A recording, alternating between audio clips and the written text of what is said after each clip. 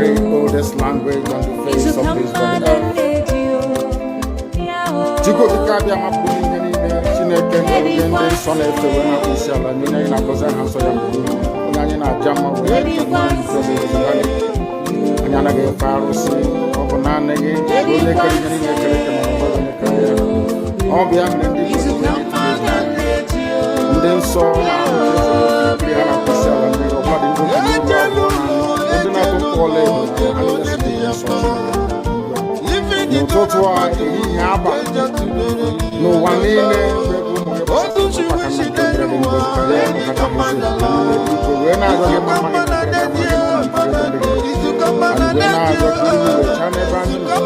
and you were not eze because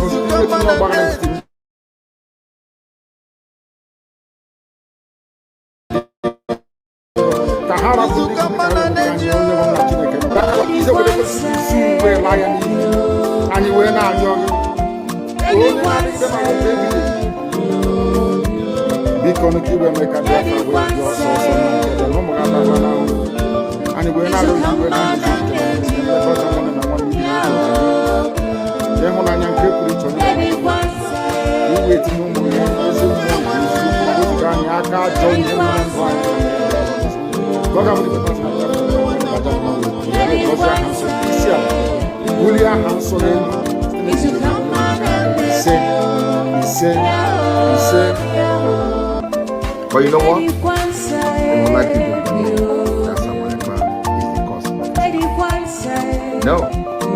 I am the solution, and the only way they can get to you is by kicking me out, which is not possible. I have come. Look with you. After I am done with Nigeria, Biafra will be free and enjoy freedom. Biafra will know the importance of freedom and what happens in 5 years to come. Thank you.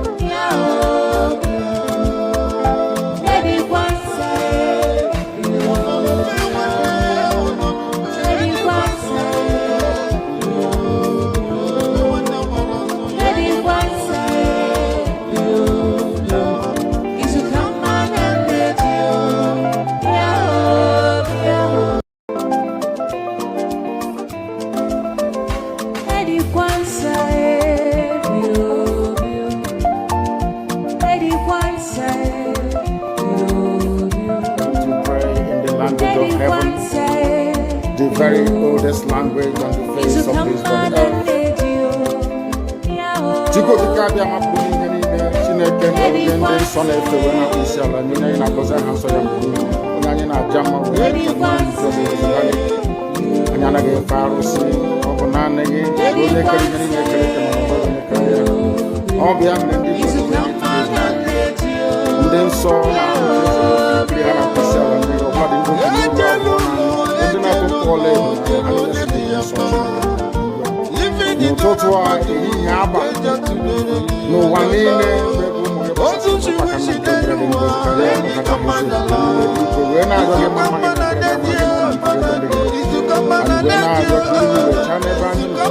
anyị wee na-arịọ eze ebube gị ngozi tinye ọgbara n'etiti ndị iro ka ha rapụ ndị ka anyị onye bụ nna Chineke na ndị nsọ ka aka nsị ndị ga-etu wee baa ize obodo kwesịrị isi wee laa ya n'iyi anyị wee na-arịọ gị onye na-adịgide ma oge ebili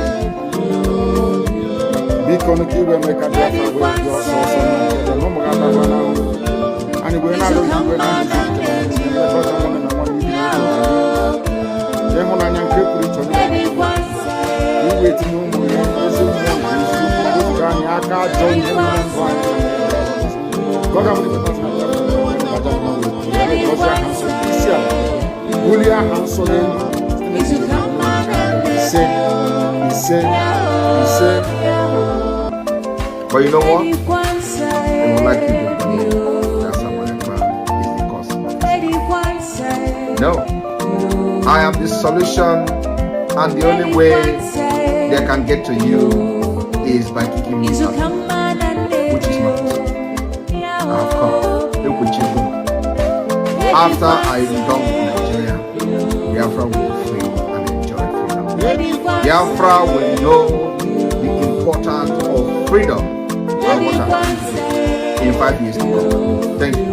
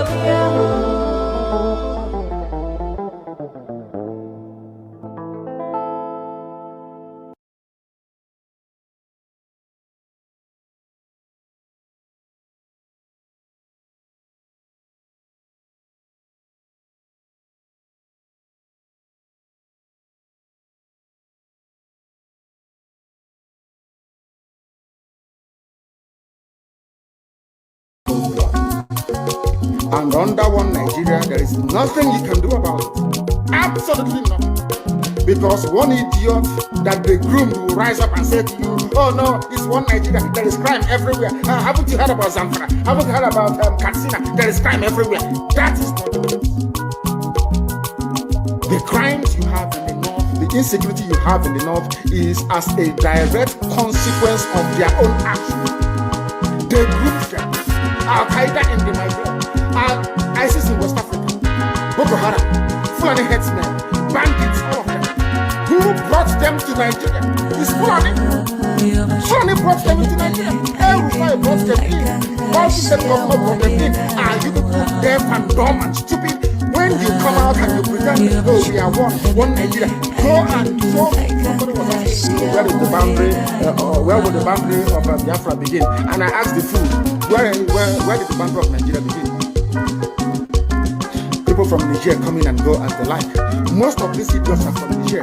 They are building a pipeline to Niger. They are building a railway line to Niger. They are building roads to Niger. Whereas where the money comes from, which is Biafra land, we don't have those infrastructure. No, we don't. But you're taking our money. You come to Onaji, you come to everybody, you come to Agulere, you come to Ebo, you take our resources, sell it, get the money, and now you're building a way to be and you want me to be happy with you. Clap for your Nigeria. One Nigeria. I think you are insane. You come to my land, you take our oil, you take our gas, you take our manpower, you take everything, our VAT, our tax and pay. You are now building a road from Katsina to Niger. Airport. Refinery. You take oil, you put oil from my land, you take it to Niger, you refine it, you bring it back to me as a refined petroleum. Or as PPS. And you're telling me that country is viable. You're telling me that Nigeria should be supported. You are in one Nigeria. You're not going anywhere and you're dying every day. Because those that they appointed to speak for you, they gave them money so that they will come out pages of the newspaper to give the world the giving impression that everything is okay when things are go and see the contradictions in it. Nigeria is not working. We are marginalized. And then you come back to say Nigeria is one. People stay in it together. Are you not foolish? These are the useless intellectuals that you have. On one hand, you say Nigeria is not working. You're marginalized. You are being discriminated against. You are suffering. They are killing you everywhere. And you come back to the same place and say Nigeria must be one. Had Nigerians gotten together to say they want to be part of this useless contraption, that's entirely their business. I mean, Democrats have subscribed to it. But have you asked yourself this question? Why is it that all those asking you to remain in one Nigeria has something to gain from Nigeria, or they have benefited in the past? Nothing more, nothing less. I saw the letter that Atiku Abubakar wrote to President Biden. In it, Atiku Abubakar said, come and help us fight terrorism, in order to ensure that there will be no regional destabilization. That is their game plan at the U.S. State Department for very many years, until we stepped in. They keep plotting out these lies. Once Nigeria breaks up, there will be destabilization in the entire region. I said it because you don't understand African history. Most of these people are not people. When I say it, they say I'm insulting them. No, I'm not insulting you. Most of them are people. In Africa, we are tribal creatures in Africa. In Africa, we are tribal creatures in Africa. We always go back to our village where we are born, where our umbilical cord, our long, where it was buried. That's where we come from. That is why every Christmas, Easter, New Year festival, or August meeting, you see us migrating back to where we come from. And I keep saying these things to Africans, they don't understand it. They don't understand it.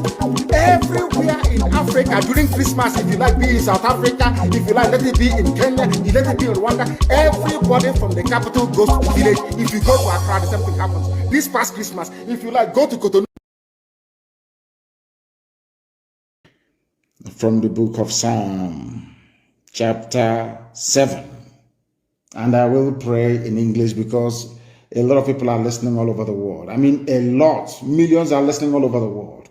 And I want them to follow our proceedings this very evening. Very, very critical, very, very important that we do so. O Lord, my God, the creator of the heavens and the earth, we take refuge in you. Save and deliver us from all that pursue us. Because if you look away from us, they will tear us apart like a lion and rip us to pieces with no one to rescue us. Because the world is against Biafra for no reason. We are hated, we are despised for no discernible reason. Only thee, O Lord God Almighty in heaven, is our Savior, not man. You must come to our rescue. Because you are our Lord and you are our God.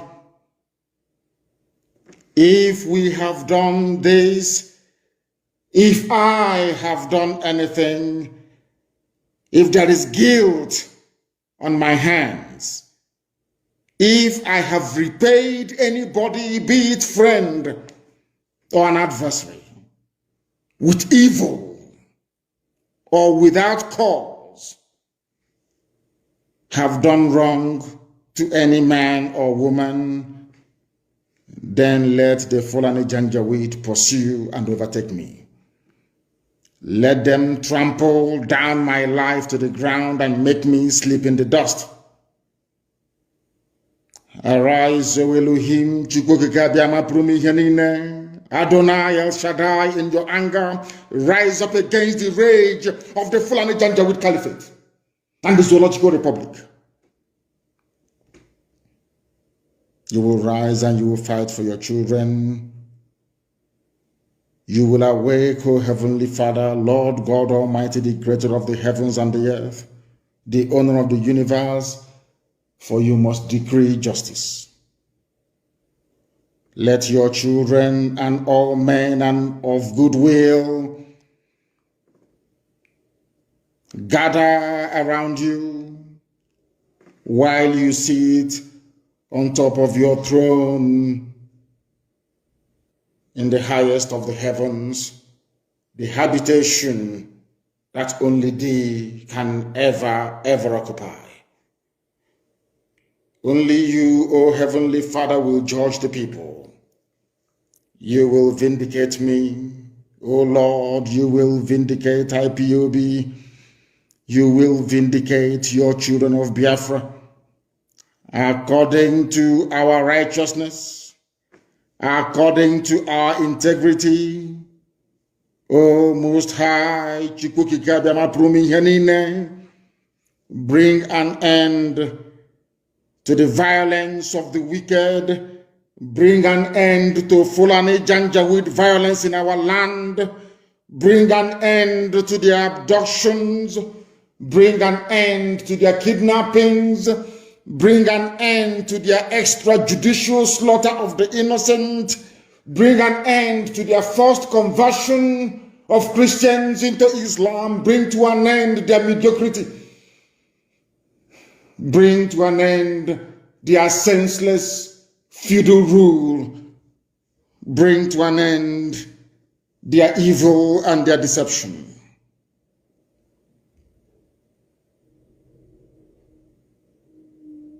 Come and secure the righteous, because only you, O God Almighty in heaven, can see in the dark. Only you know the hearts of men. You are our shield. We have nobody. Between 67 and 1970, the whole world ganged up and fought against your children. We did not steal anything from anybody. We did not go after anybody's possession nor inheritance. We were on our own in the land that you gave to our ancestors. They conspired, they connived, they colluded to kill us. Over 5 million people. We are dead at the end of it. You are our shield. We do not trust in any man or in any state. We trust only in thee, because you are God and you always save the upright at heart. Anybody whose heart is clean, O Heavenly Father, to those you do not abandon to their enemies. That is why you cannot abandon IPOB. That is why Biafra can never be abandoned. Because your words are yea and amen.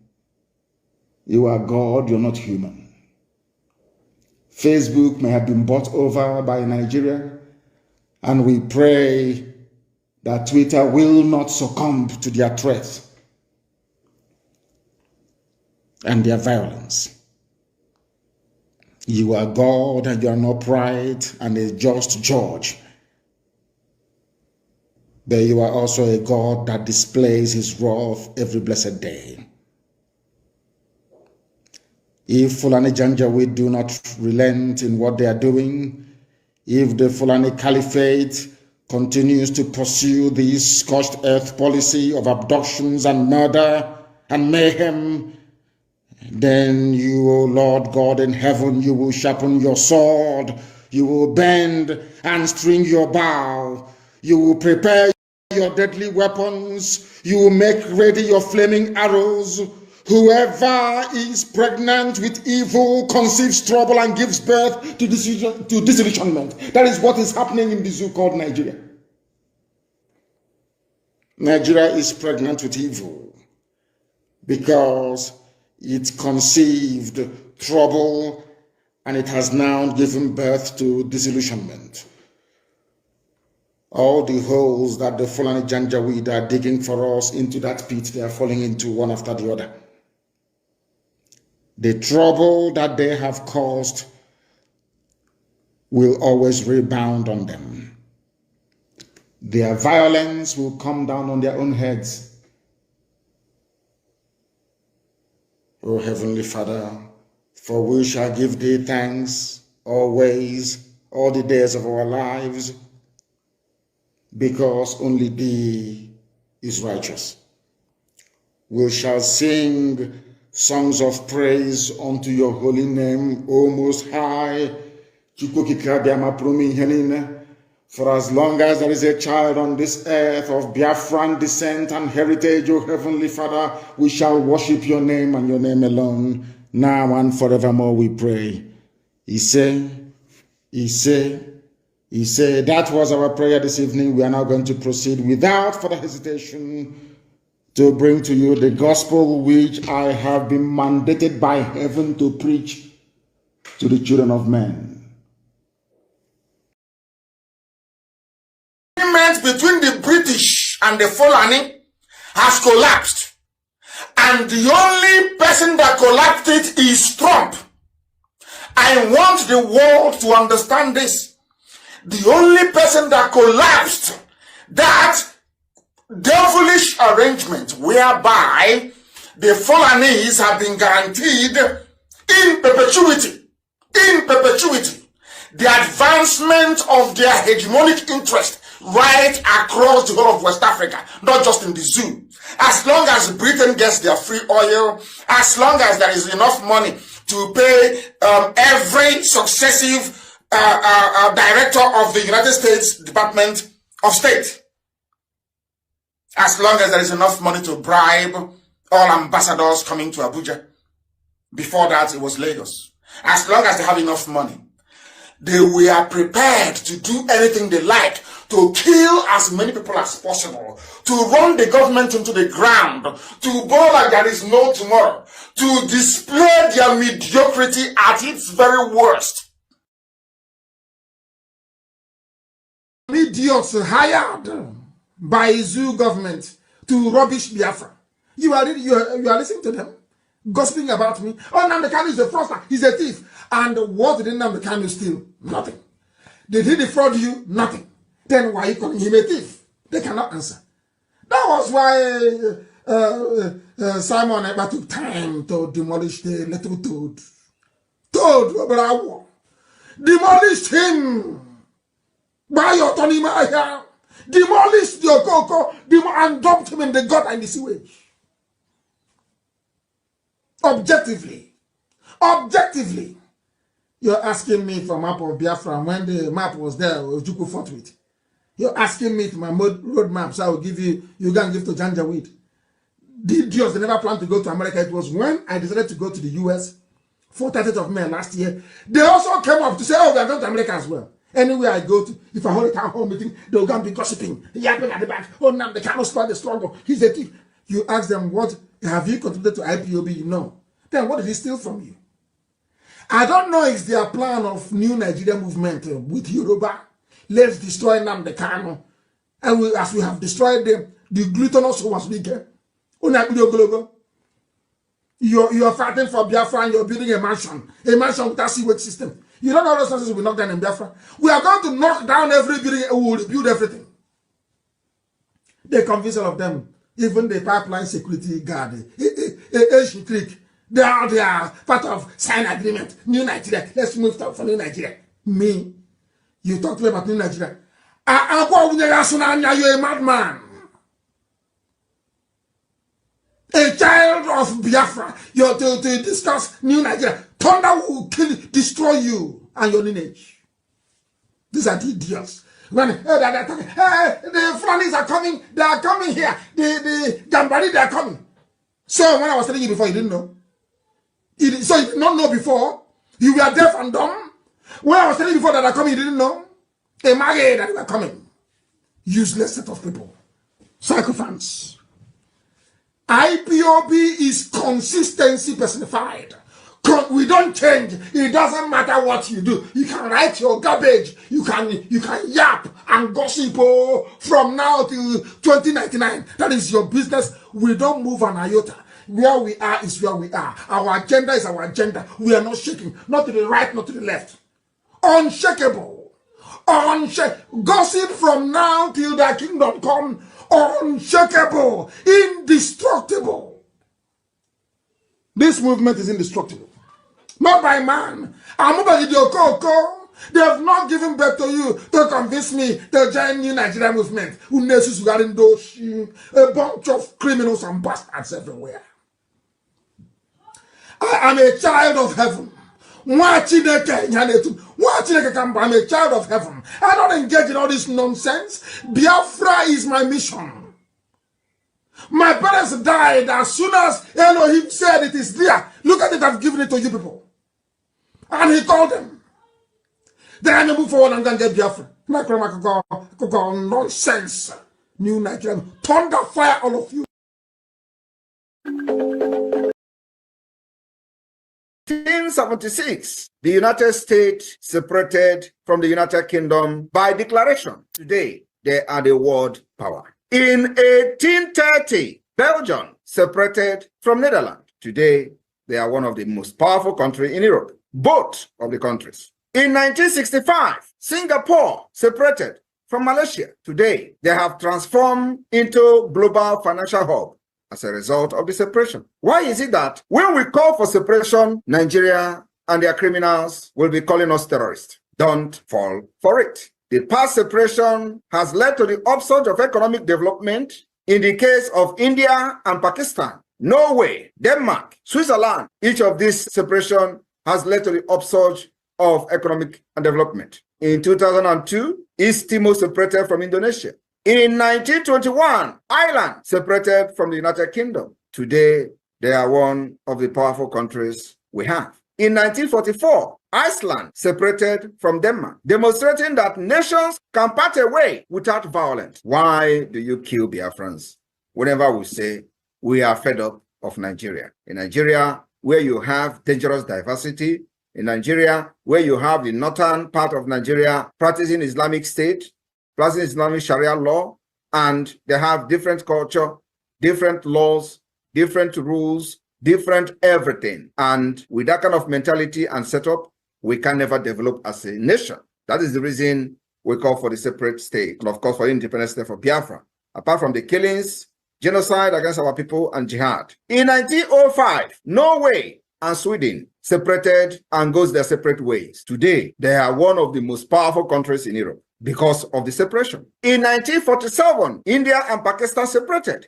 The list can go on and on and on.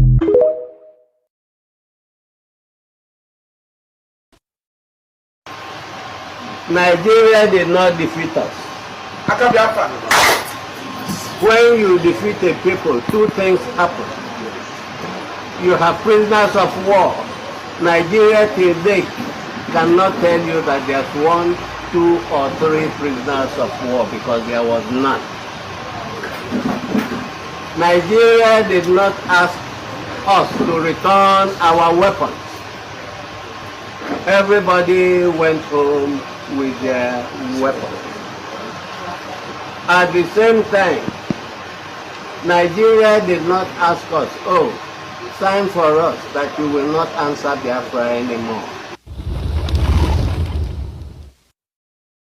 When the military has got hold on the country, our elders that asked for the war to be stopped had already gone out.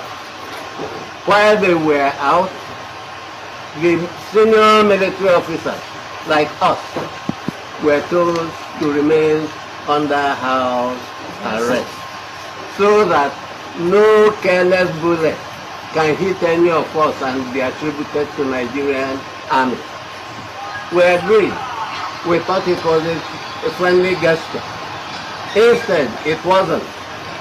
It was tyrannically exhibited by making it that we were not collectively kept in one place.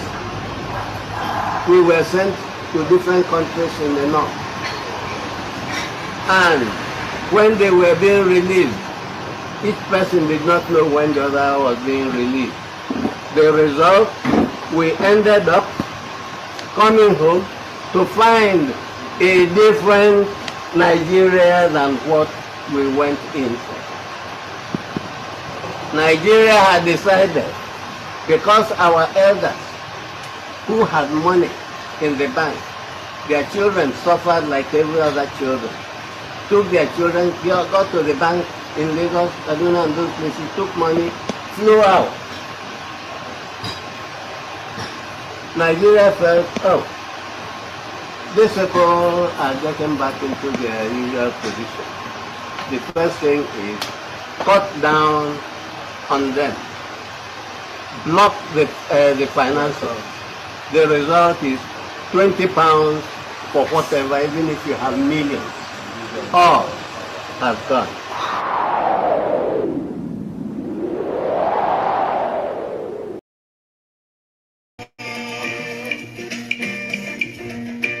Conspiracy.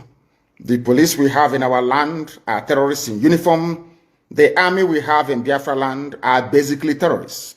They are there to aid and to support Fulani Janjaweed advancement to the Atlantic Ocean. And we are there to stop them. And we are stopping them and will continue to stop them. A few days ago, as I said, we embedded our men and women of the Northern Command of Eastern Security Network. When we said Northern Command, people were confused. Biafra land is a nation. We have Northern Biafra, we have Central, we have the South, which is the coastal region, we have the East, and we have the West. When I talk about the Northern Command, I'm talking about the northern part of Biafra land, which incidentally starts from Benue State. So we are right to be there. If you don't want us to be in Benue State, quietly go back to Abuja and appeal to them. Tell them to release Igbo people in Benue and carve them back into Ebonyi State, where they should belong, or Enugu State, as the case may be. Therefore, anybody, one thing about Nigeria is that they tend to defend the aggressor. It is in the DNA in Nigeria to always support evil. That is why this very newspaper publication, I don't have a means of putting it here on Instagram where I am broadcasting live, where you can see my face and my facial expression, but it will be on my Facebook page. If you go there, you will see it. This publication was made on January 23 of 2021, this very year. It is a front page news by Vanguard. I want you to understand how an average Nigerian thinks, how they reason, why I think that Nigeria itself is a curse upon humanity.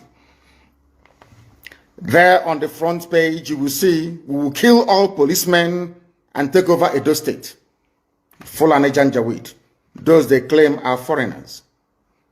These people they told us are foreigners. They come from Mali, from Senegal, from Gambia, from heaven knows where, from Niger, from Chad, from Northern Cameroons. But they are in Nigeria, killing people. After killing us, they will not turn around and tell us to absorb them into our communities. That is why anybody, any Igwe, any PG, any greedy, avaricious fool, stupid enough to give any of our land to Fulani Janjaweed, you are finished. There was a man in Enugu that tried the same nonsense. Go and ask him where he is today. We take no prisoners. You see, the land of Biafra must be defended at all cost. At all cost. It is the land of God, given to his children for their eternal habitation. We may have failed in the past to recognize this very fact, but now that this generation has come, there is nothing anybody can do to stop us from restoring the kingdom of God upon the face of this very earth in the land of Biafra, without apologies to anybody. I understand that the Sadikin Fulani of Lagos went to see the U.S. ambassador to Nigeria in Lagos a few days ago. And according to the message, or should I say information coming out of the U.S. mission, they said is to foster cohabitation and unity, that diversity is strength. And I want to lay that particular nonsensical narrative to bed tonight before I continue any further. Anybody telling you about strength in diversity, that person is a liar and a deceiver. And the U.S. ambassador is a liar and a deceiver. One thing they don't teach we Africans is this. No country exists on a foundation of multiculturalism. There is nowhere in the world. Listen to me very carefully. All this nonsense, even the crap that Coca was coming up with, telling you about diversity is our strength and all that rubbish. Allow me to repeat, there is no country on this earth that survives on a foundation or a bedrock of multiculturalism. It doesn't exist. That is why multiculturalism in Africa is dead on arrival. It can never work. Because we are tribal beasts by nature. We are tribal by nature. That is why we travel from wherever we are during New Year's, during Christmas, during Easter, during New Year festival to go back home where we come from. Because that is where we identify with. Now, let me ask the US ambassador a very simple question. Is United States of America a multicultural society? US, that was created and built by Western Europeans.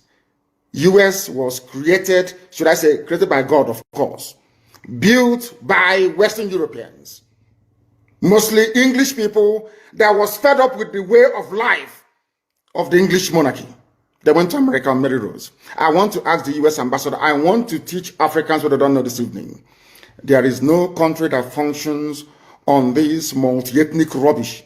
Nowhere in the world, not even the USA, that was created by people who are not indigenous to America. The owners of the soil of America are Native American Indians. That is a fact of life. God gave America to Western Europe to develop and gave them a special grace to be the beacon and the light and the conscience of the world. Because God knew that if he had left all these wonderful people in Europe, they would become contaminated. He removed them from Europe, sent them to America, built a wonderful nation as a shining light and a beacon for the whole world to look up to. Even that America that was built from scratch by people who are not indigenous to the land is not multicultural. Why am I saying this? America was founded on the principles of Judeo-Christian, Greco-Roman, democratic value systems. I repeat, America is not multicultural. They accommodate other races and other nations. Yes, they can accommodate you. But where you're coming into, the bedrock, the foundation of America is based on Judeo-Christian principles, Greco-Roman political ideology, which is republicanism. America is not multicultural. America is Western Europe. The value systems of Western Europe, Judeo-Christian, Greco-Roman, Republican governance. Had America been a multicultural society, they would have space for Sharia. I'm now addressing the US ambassador to try to tell them to stop deceiving people. We are educated, we went to school for a reason. We're enlightened and we have our brain intact. There is no country on this earth that runs on this wishy-washy multiculturalism. It doesn't happen. What you have are established order and value systems upon which various cultures can now coexist. If you go to America, you coexist under the provisions of the United States Constitution. And the US Constitution is a Christian constitution, not Islam. America is not multicultural, but under that bedrock of liberty and egalitarianism, you allow other cultures to come in. But first of all, they must swear allegiance to or take an oath to uphold the Constitution of the USA. That is something that the US ambassador never told the Janjaweed that went to visit her. The same way that Nigeria cannot function as a viable entity. Wole Soyinka knows what I'm talking about. I'm even sure somebody who claims he's learned, as Bishop Coker is, understands what I'm talking about. No country on this earth. The value system of the State of Israel is based on Judaic principles. The value system of Russia is entirely theirs, it's based on theirs. It's the Russian way of doing things from times of the Tsar. If you go to Saudi Arabia, it is essentially a Sharia Islamic state. You can live there, no.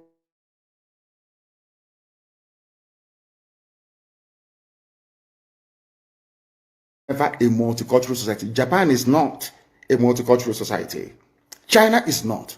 They can accommodate you, but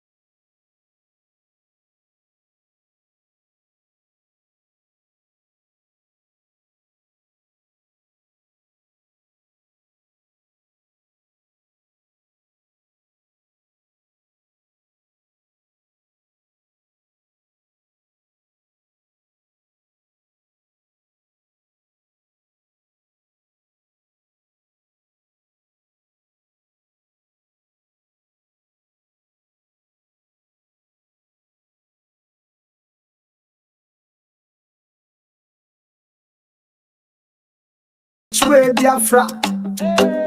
Which way we they go now? Leader them maddest people they fight Kai from BRG to USB. Wahala know the rest. Which way Biafra? Which way we they go now? Leader them maddest people they fight Kai from BRG to USB. Wahala know the rest. Big no, oh. Please, please, oh. No be your Igbo divide us. Now we do amo. Big no, oh. We dey form soldier, but we still dey be for them carry canoe go, we turn enemy. Simon open mouth, them start to judge his speech. Telegram full of war, no love at all. One side say autopilot, one say delete them all. But the blood where we shed, you know they flow backward. USB rise, but ego they break what? We get banner, we get flag, but every corner, now tribal drive. Big on, oh. Which way now, which way, oh. No be your Igbo divide us. Now we do amo. Talk true now. Big on, oh. Biafra get a dream, but I hate it, they slow and go. Unity no get duplicate, no try fake 'em. You dey form freedom fighter, but you dey hate 'em. USB no be juju, now we go build 'em. Stop to cause, make we raise nation. Which way Biafra? Which way we they go now? Leader them maddest people they fight Kai from Brady to USB. Wahala know the rest. Big on, oh.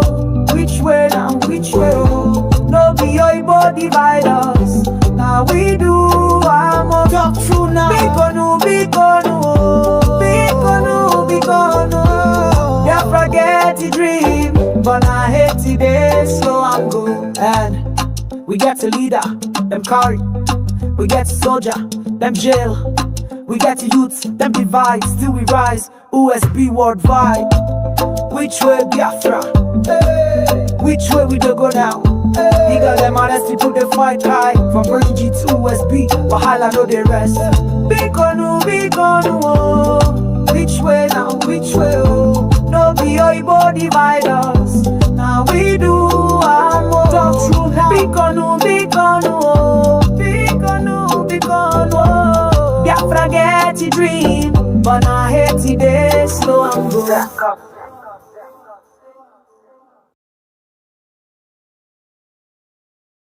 Move Jonathan. There were stateless persons that were from the Sahel region that were imported into Nigeria, and a former chairman of PDP made that statement. I'm not the person that made it.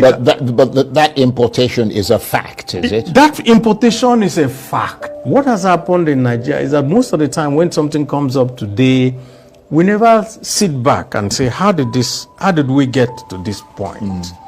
We got to this point by virtue of the fact of the effort to remove President Jonathan.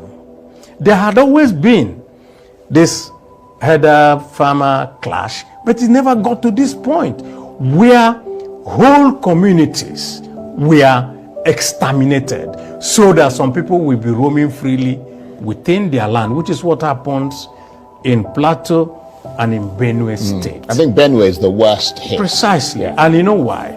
Because most of the banks of the Benue is lush, because it's watered by the Benue River. And so these people came and they want. And who are these people? And that's a question that we have not dealt with. The bill first said that we have to confine these people to the ranches within their states of origin. And somebody woke up and said, no, every Nigerian has a right to go around. There's no such thing like a state of origin. Why will anybody make that statement? Reason is that in trying to remove Jonathan, there were stateless persons that were from the Sahel region that were imported into Nigeria. And a former chairman of PDP made that statement. I'm not the person that made it. But that importation is a fact, is it? That importation is a fact. If you ask any Nigerian Fulani, he will tell you that there's something called the Bororo Fulani. And that Bororo Fulani are these imported ones. They don't own land. Therefore, what they want to do is to settle in Nigeria. They were given free passage, let me just say it, by the Buhari regime. And we were shouting at that time, don't bring people into Nigeria who are not Nigerians. They won't have sympathy. They won't know what has happened. All they want to do is displace you, take over your place, and roam freely within that place. But there were cattle herders as well. They were, but the Nigerian cattle herders were not carrying AK-47 rifles and other. So these guys brought their guns. So these guys brought their guns with them. First thing they did was to start to rustle the cattle belonging to Nigerians. And so a Nigerian herder who loses his cattle has nowhere else to go. He becomes part of them because he is given okay, you either join us or you got nothing. And some of them of course joined, and so we have this complicated problem. And this complicated problem is what we want to solve by saying, can we confine you to a particular place? If you have, okay, what you want to do is to move your cattle from where there is grass to another place where there is grass, and you can roam around with them. And I also pointed out on the floor of the Senate that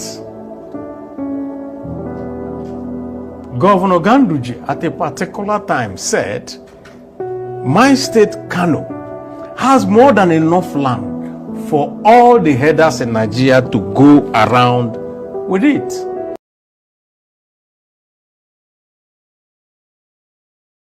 To every blessed day to demolish houses. And if they are commissar, they come with Fulani men. As we speak, Fulani men have taken over our community, abhorred by Nigerian army. If you see the big camp they are built for Fulani men in our community, it's even bigger than the whole of our community. If they destroy one house in Ogede, they will build 50 Fulani men camp. If they destroy 50 houses, they will build thousands of Fulani camps. As we talk, we don't longer go to our. That's all. So I want to appeal to the government. Thank you, sir. And I can assure you that our governor is a very responsive governor. He will take action on this. This is a very serious issue. So I want to let you know that we are going to take it to the governor, who will take a decision on how to move these issues forward. But I can assure you that the governor will respond, and he will respond very swiftly on this issue. Well, I want to see what me cost from my house. I just come my house. See how I nearly build. Before this fence like this, so as 4 millions of naira. See, Nigerian army do my house. Nigerians, wanna see. Young boy where he come, where just really seriously they say make you stay alive. They be now government and I don't know Enogi just demolish this kind of house like this. Look the house. These are the four this fence. Okay, this fence is never enough. They just go somebody master. This is a finished house. Not be house where we say they see they work on, or maybe say they work. See they look. There are things inside this house. See. Look at the first parlor. See. See.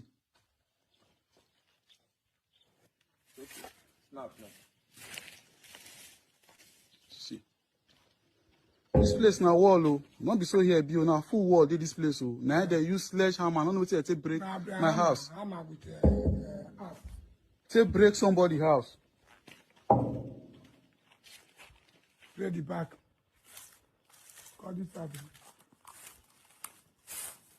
Not only my house in this area where they break. Oh. See houses there, they leave those ones. Now my own head they come break for you. They see break the other side too. No, now only this one. They see break here too. Now go. And then knock on this one. Look at this.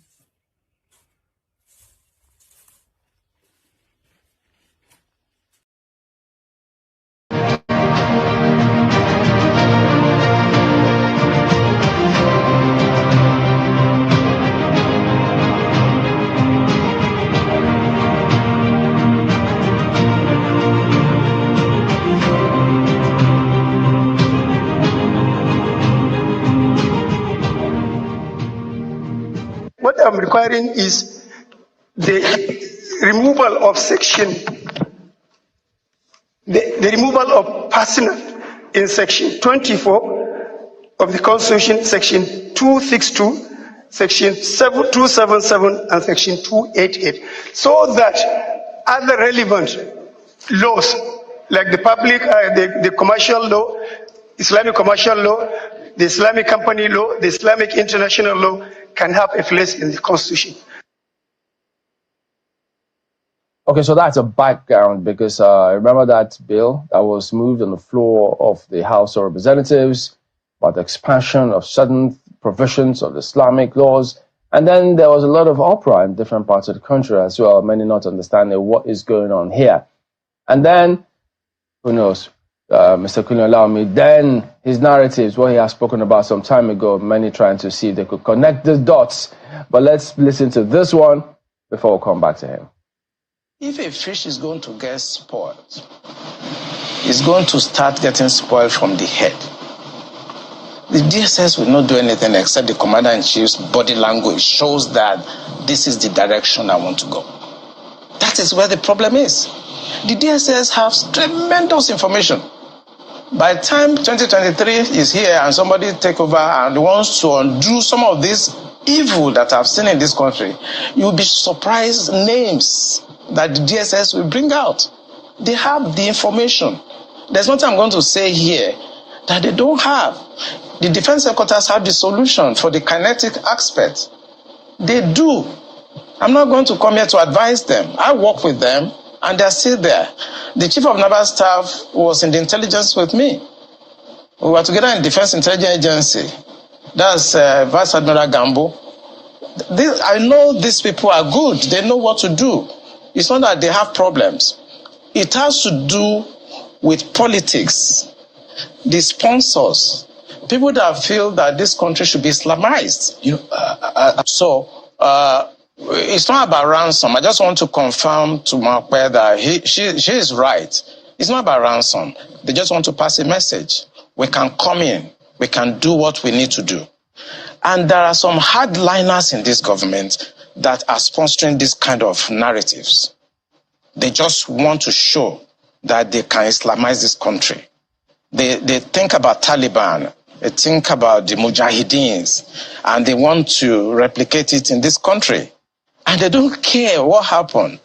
They simply don't care. As long as at the end of the day, there's Sharia and there is whatever thing they have in their head and they want to achieve. So these people that are sending messages are sponsored by Nigerians. So if I could follow up on that. Well, he's here with us now. That was several years ago. Colonel Laumbi, former Navy commander, professor of global security studies, also Nigerian Defense Academy. Good morning, and thank you for coming on today. Thank you very much. After 3 years, we have seen again. I know, several things must have been going through your mind when you saw all of those bills, the propositions, the narrative, the comments making the rounds only recently, even though 3 years after you made that comment. So tell us, what was going through your mind when you saw all of these things as though they were playing out what you had spoken of earlier? It just basically confirmed my fears, you know. When I was saying those things, a lot of colleagues didn't like what I was saying. Some people felt that I'm anti-Islam. My dear, I'm from a Muslim background because my grandmother, married a Muslim man after the husband died, and all my cousins, all my sisters, grandchildren, they are Muslim. I'm from a Muslim background. And I don't know, General Adambazao will attest to it that when I took him with the Minister of Defense, to Italy, they were my guests in Italy. And I took them to the largest mosque in Milan, and we prayed together in the mosque. And personally, I think I will tell you, I took him to Alaska Mosque in Israel to pray. And I have nothing against Israel. But you see, we are talking about identity and governance in this country. Identity and governance. It is so discouraging to know that at this century, we are still at this level of religious understanding. We are still at this level where I would say most of the things that we call religion, either Christianity, Islam, are basically some historical books that were plagiarized by most of the religions. I don't want to be specific now. These are ancient historical books that were plagiarized, and people decided to use them to either enslave you or take over your land and so on. And I'm really discouraged because at this level, Nigerians are so uneducated when it comes to religion. That the Arabs, the British, the Romans, they use religion actually to capture your state, to enslave you. We look at most of religions, I don't want to be specific, they all practice slavery and also. So for us to be at this point where we're supposed to be talking about the hunger that is pervasive in Nigeria today, the inflation rate, the poverty, we are basically sitting in the hallowed chamber, and what we can discuss is that they want to remove personal from something. And that's what they are going there to do. When people are dying, people are committing suicide, families are collapsing, and they will sit down there and start talking about removing personal so that they can basically Islamize the country finally, because once you remove that personal, technically now Nigeria is Islamized. All right, I want to be able to get the understanding of that, because the sections that were the places that they were looking for amendments to, sections 24, 262, 277, and 288. And what I'm seeing here, Ali Musao, at the time when he suggested these changes in the 1999 Constitution, removing the word personal whenever it is mentioned from the section, allowing Islamic law to stand on its own.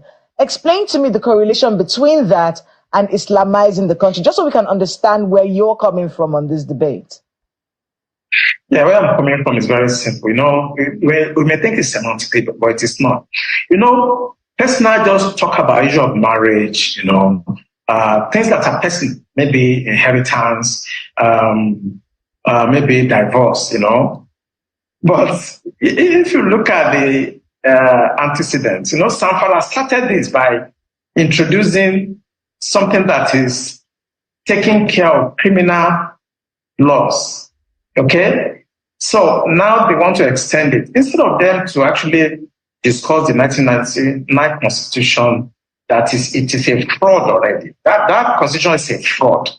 Now what you are doing now, you want to start, advancing the interest of those religious groups to actually now confirm that Nigeria is an Islamic state. And let me tell you something that people don't know. This thing was caused by the British. Between 1900 and 1960, they knew that they cannot govern the North except they allowed them to practice their religion, and they were using their religious leader to basically govern them. It is called indirect rule. Immediately after independence, 1960, the British knew that they shouldn't have forged these two people together. They know. But because they want to achieve the divide and rule and to be able to conquer and take our resources and steal whatever they want to steal over the years, they merged these two people together. They could not govern the North and South under one religious or administration. They know. So they're not even independent and match you people to work together. That was why the 1960 coup started. That was how the Civil War started. Now, 86, Babangida came with the OIC stuff, tried to Islamize us. It didn't work. In 2000, when 1999-2000, when Obasanjo came, he permitted them to start practicing Sharia. Today now, they want to consolidate it. Once you remove that person, all of us, whether you are Hausa, Igbo, Yoruba, Jukun, Christian, traditional, you are now under the law, the Islamic law, because they put it in the constitution.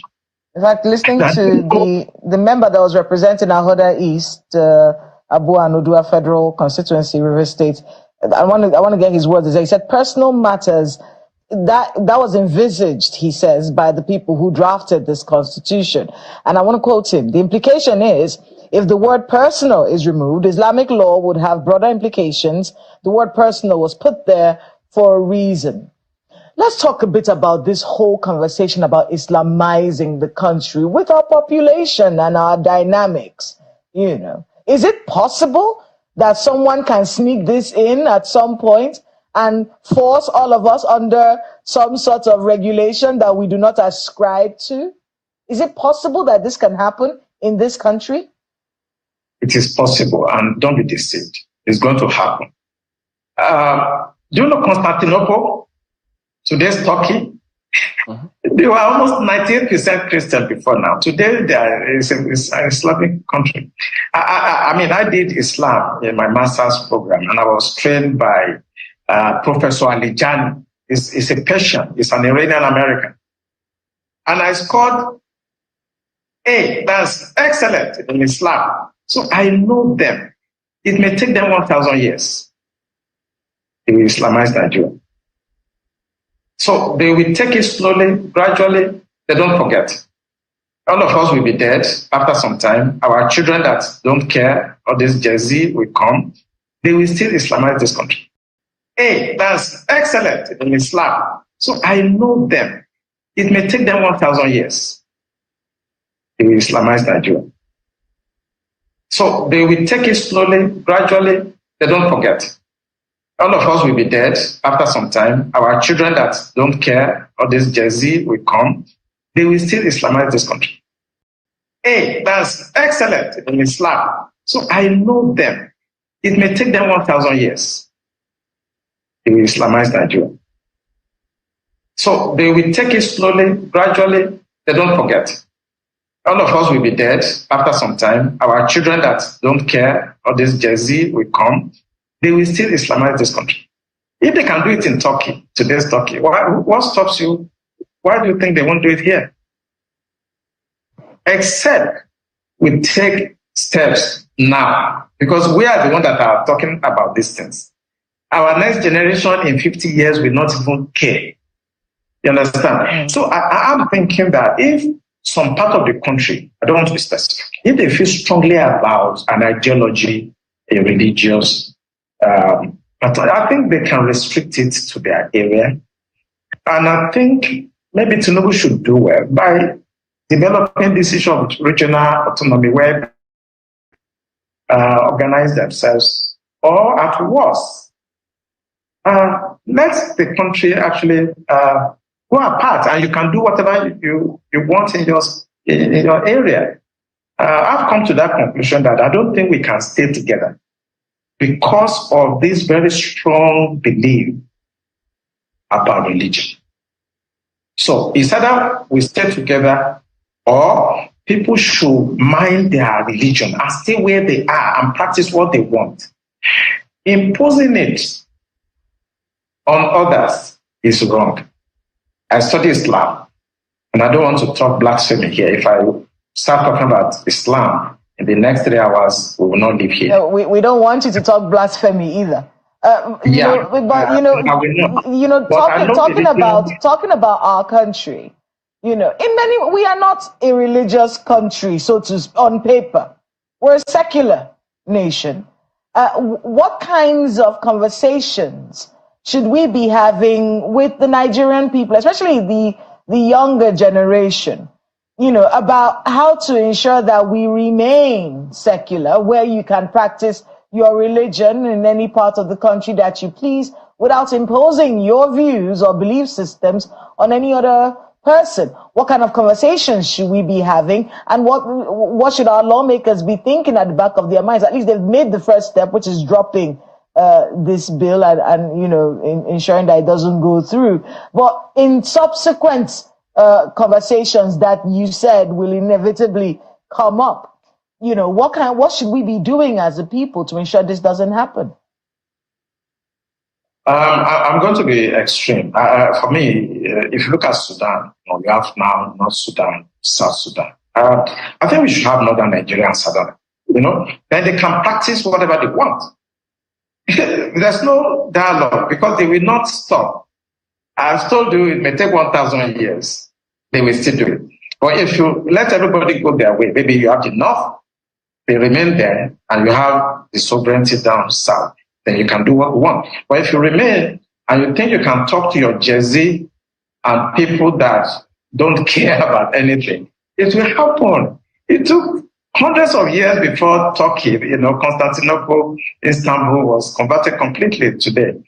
And if you look at history will tell you that you cannot assuage these people. Who owns those banks? I did a lot of research, and I want our audience to go and find out the owner of Taj Bank and the other bank. Then the picture will start getting clear to you. You have the Jaiz Bank and you have the Taj Bank.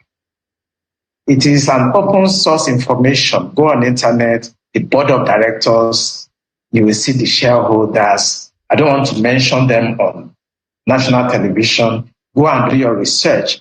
And you're beginning to understand. You begin to understand what I said, that people have been sponsoring terrorism because they want to Islamize Nigeria. Now Tinubu has come, and it's a little bit very hard on them. That section, the kinetic approach, is failing. So they are now trying to bring it through the constitution, want to legalize it. If we cannot go through the bush and kill as many people, and they are still resisting us, and this man has come and is fighting this is just killing all the fighters, then let us go to the house and bring it in through the back door. We just remove that clause, personal. They will not know. They may not pay attention. They will just, and that is it. They will still do this thing. Go and find out the owners of those banks. They are the ones sponsoring these narratives. And I always say it on television, go after the sponsors. Those guys speaking in the house, they are just paid to do that. And with time, they're going to bribe the remaining ones, and they will pass it. If not this year, it may be 10 years time. If it's not 10 years time, it may be 50 years. They are going to Islamize this country. But I think the solution, what you should be discussing with people should try to understand we are not the same people. The North and South are not the same. The British understood. That's what they are doing indirect, and they deliberately merge us so that we can continue to fight like this, and they can continue to take our resources away. Speaking about the British, there are several theories out there in terms of all of this Chatham House moves and why our leaders always go to the West before elections. Do you think that the influence of the British about this particular matter and more is significant? Has it waned? Is it still growing? What should be done about it? No, what the British did is just like what the Belgians, the other, like the French, is the same method of giving you independence, but they know that you are not independent. Why do you go to Chatham House? Igbo recently wanted to talk about Yoruba nation. I saw him in Britain trying to give them letter. Why do we do that? It's because they have very strong influence. Don't be deceived. British are very subtle. They're not like the French people. They're not like the Russians. Okay, they're not like the Chinese. Very subtle, very clever. They are the one that is making this happen because it benefits them. You can't be Nigerian president if you don't get the blessing of the British. What is their benefit, though? I mean, the British benefit? Yeah. It's economy. There's no other thing. It's just to be able to take your resources. Look at Sanfara. Look at all your gold and things that are mining every day. It's not going to the CBN coffers. It's going to individuals and the British and the Arabs also that are actually orchestrating some of this Islamic thing you are seeing. Jaiz Bank, this one bank. They are external. They are sponsoring these narratives and they are benefiting by taking your resources away because they have some foolish Nigerians that they can use to help them to cut away your uranium, your gold, your silver, and so on. That's why all the time we never get leadership right. They are the one. And I don't want to talk too much, including the United States. You cannot be president in Nigeria if they don't actually give you their blessing, including France now. France is very strong. They have very strong influence on us now. How it happened, I don't really know along the line, but the French seems to be competing. So wait, how are we dealing with all of this? If France is strong, that they have their influence on us now, what about the US and China? You know, former President Buhari we had a lot of loans from China. So all those countries have influences here. Yeah, but it's a new scramble for Nigeria. No, they are trying to re-strategize. But I tell people, you know, I lecture. I'm a lecturer, and I said that, you know, governance is not a rocket science. You know, you need three indices. You know, the first one, you need somebody with an intellect. Okay, the second one, you need.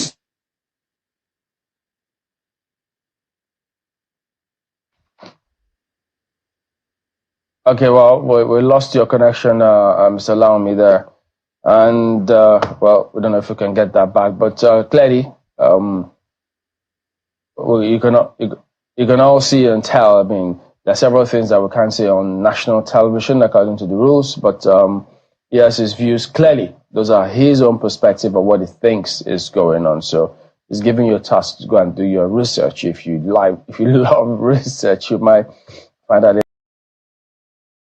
Follow for God, them say Tinubu don't follow for God. Tinubu don't follow for God. He want to take it, that's the chop off our head. Senate house fall and the criminals, concrete military fall and the terrorists. Injustice on motor shop forget law for inside God. Changaro Republic at the government. Abubakar Malami don't fall for God. Him and EFCC put leg for shit. Them say Sheikh Kukumi don't fall for God. Because Donald Trump don't come to Machamo. He go matching Boko boys, matching terrorists. As the government knows the way for kidnapping to stop. I make it don't fall for God. They make Nigerians see one die for suffer. Welcome. Thank you for joining us on today's program. I appreciate everyone that have connected wherever you're connecting from. We decided to play those videos we played today to refresh your memories because it is important. There are certain videos that you cannot afford to forget. You know, we are very forgetful. So many of us are very forgetful. Once something happens, the next minute you forget it and you move on. More especially Nigerians, those who have found themselves in that very contraption called Nigeria, never take notes. They never keep information. That is why we go back and we touch those information. That man you see there, Commodore Olowumi, gave very, very striking information on what is happening today. And when the United States of America say that they are looking for informations and they are digging in, they are doing this and doing that, that very man, Commodore Olowumi, exposed more than enough on that very interview, both the first one and the second one.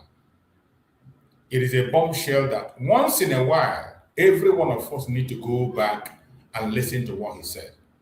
Commodore Mama Wumi is not just an ordinary person in the street.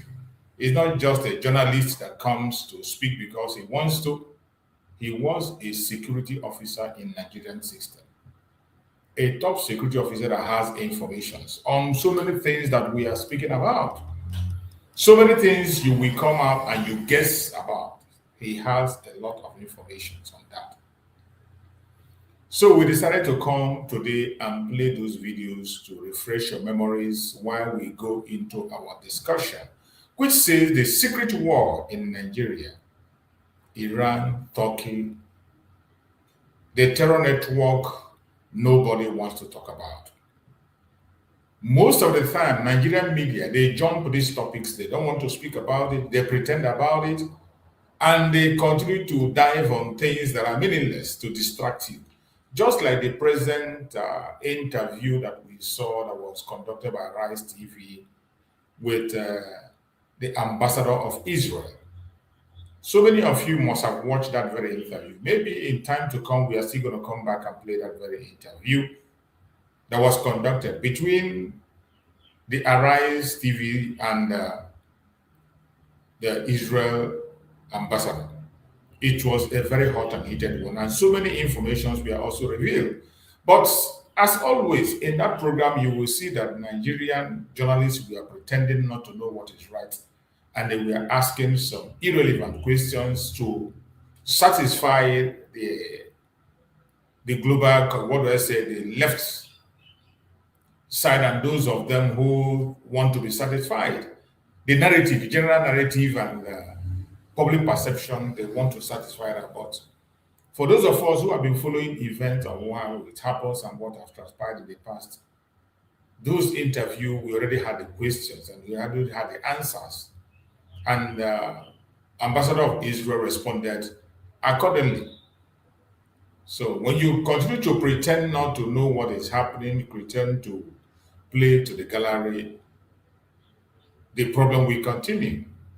One of the things that is disturbing on this site is that many people like to complain about things. Many people agree there's a problem. Many people agree that something is about to happen. But who has the ball to stop that very evil from happening? Just like today, the Islamization of Nigeria is talked about everywhere. We know it is going to happen. You just heard Commodore Lowe. Commodore Lowe, somebody who is a secret agent in Nigeria, told you that it's going to happen. And the only thing that he has mentioned that will stop that Islamization from happening is disintegration of Nigeria. If you do not disintegrate Nigeria, if you do not allow people to go their separate ways, the Islamization must happen.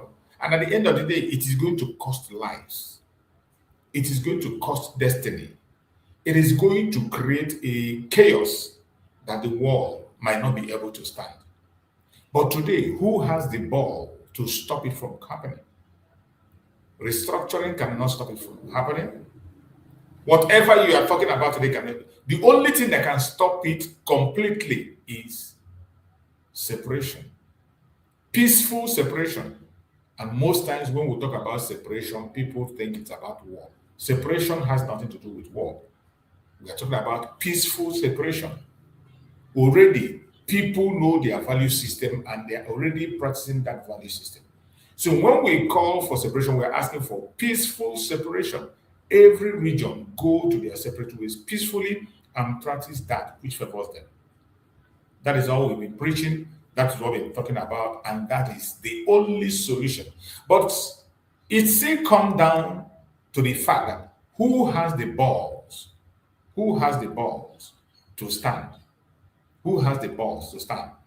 That remains the question. So many people today do not have that balls to stand. So many people today do not have that balls to say it the way it is.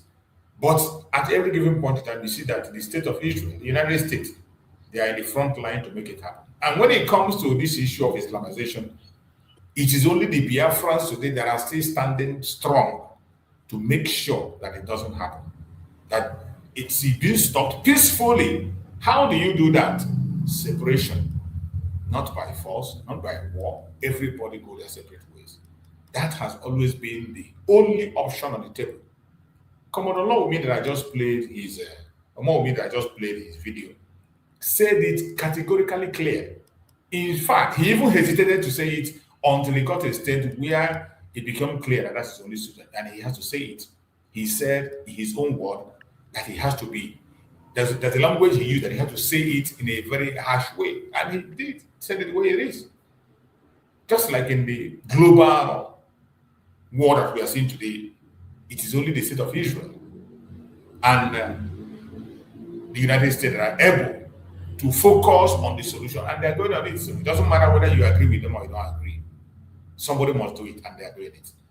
You're welcome, my beloved brother Christian. Good to have you, bro. Christian, can you hear me? Yes, I can hear you, bro. Choose morning. You're welcome, my brother. Yeah, okay. You can hear me, right? Yeah, I can hear you. Oh, okay. It's not been smooth sailing, but wow, it's well. Like I told you that. But you just think. You say you can hear me? Hello? Wow. What's going on here? Hello? Hey, Malchus, can you hear me? Hello? Yeah, I can hear you, but the network is breaking up. Wow. Okay. How about now? Because I just shift position.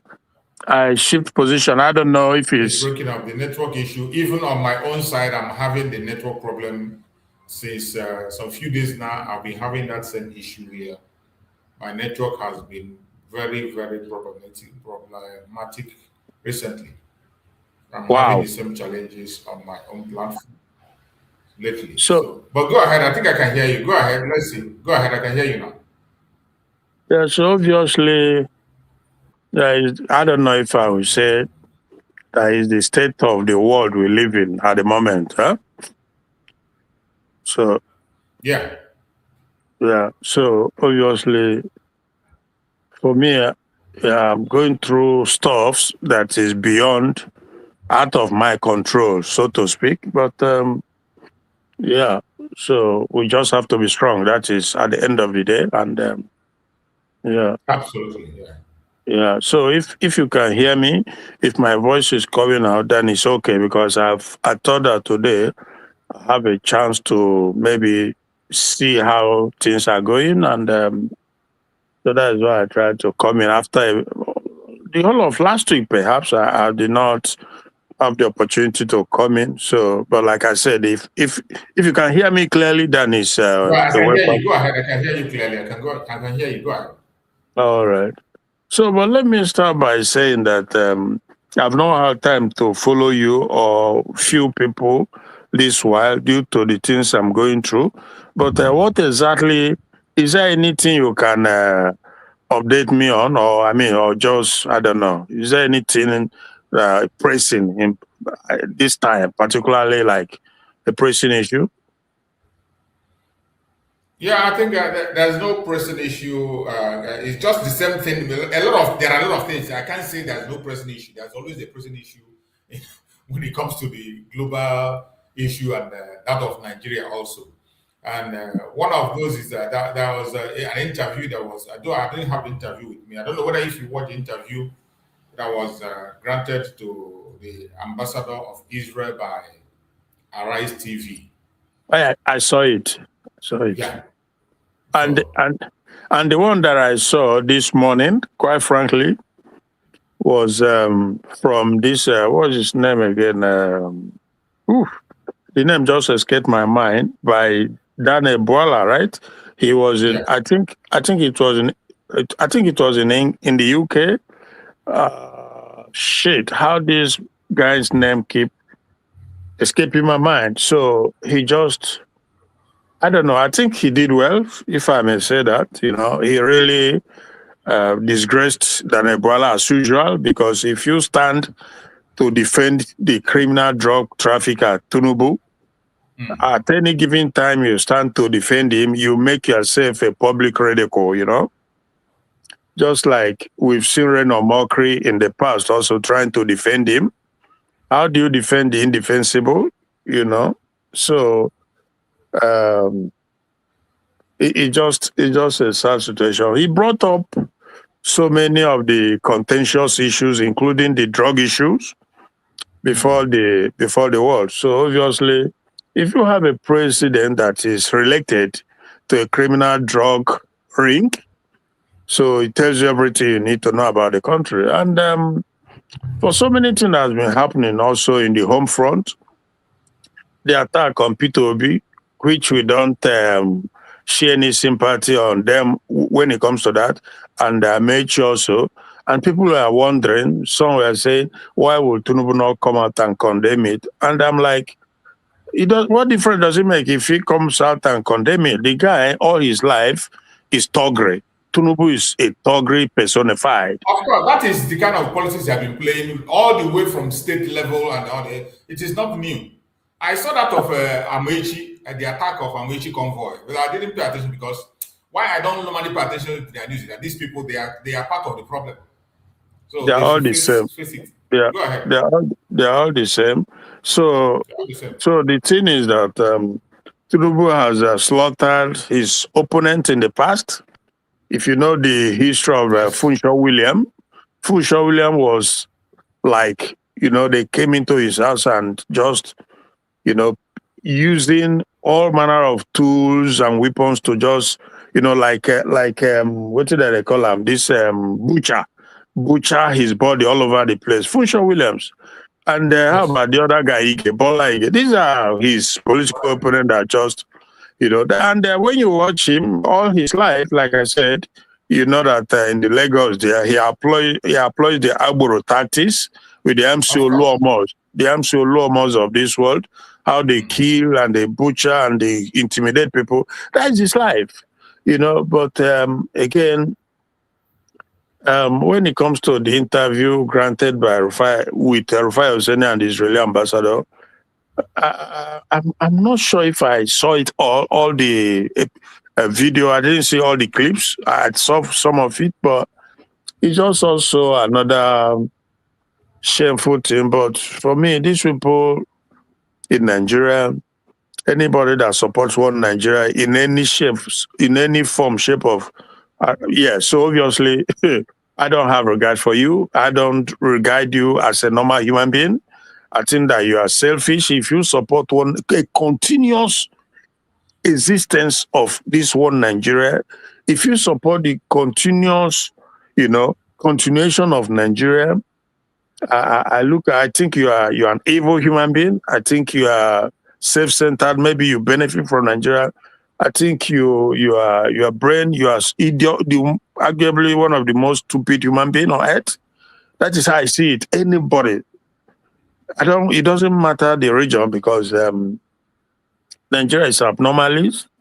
And the fact there are lots of Africans, black people, some of them don't understand the history. Therefore, it's understandable when they say Nigeria this, Nigeria that. But for those who understand how Nigeria came about, the advent of Nigeria, the creation, if you know about it and you still support it, then obviously you kind of justify, the notion that there's something wrong with the way black people reason. You just become an example or epitome of that fact that there's something deficient in the way that black people reason. Because I've said it severally, that some people, like this lady, this Biafran lady who was an ambassador back in the days, probably retired now. The only solution, there's just one solution to Nigeria's problem, and that is the Yugoslavian solution, the Bakar, just disintegrate it, let every region, it doesn't matter if Nigeria has to divide into 3, 4, 5, whatever, that is the only solution. And it has happened in our lifetime. We saw it happen in Yugoslavia, and there was peace and there is progress. But, because them that created it, the bunch of evil people that created it for their own benefit and being lashed on by the evil criminal politicians in Nigeria. They don't want to see it happen because of their selfish interest. Then there are those who I put in that category is the Soweris of this world, the P2Bs, and some of them, they have their personal interest too, but they pretend, they run under the camouflage of Pan-Africanism, but it's crap. And they are going to suffer. Make no mistake. They are going to suffer it because, again, we've been saying it for a long time that, but of course, Mazen Kano has been the first proprietor of the, should I say, the good news or the awareness, they've not seen nothing. The Americans will say, you ain't seen nothing yet. The terrorists, they've taken over the country, and the military, they are complicit. The government is complicit. Make no mistake. You know how I speak. They are very much complicit. The only option, the only alternative left for the people is the coming of the U.S. under Donald Trump. But again, you see how I keep jumping from point to point because there's just so much going on, you see.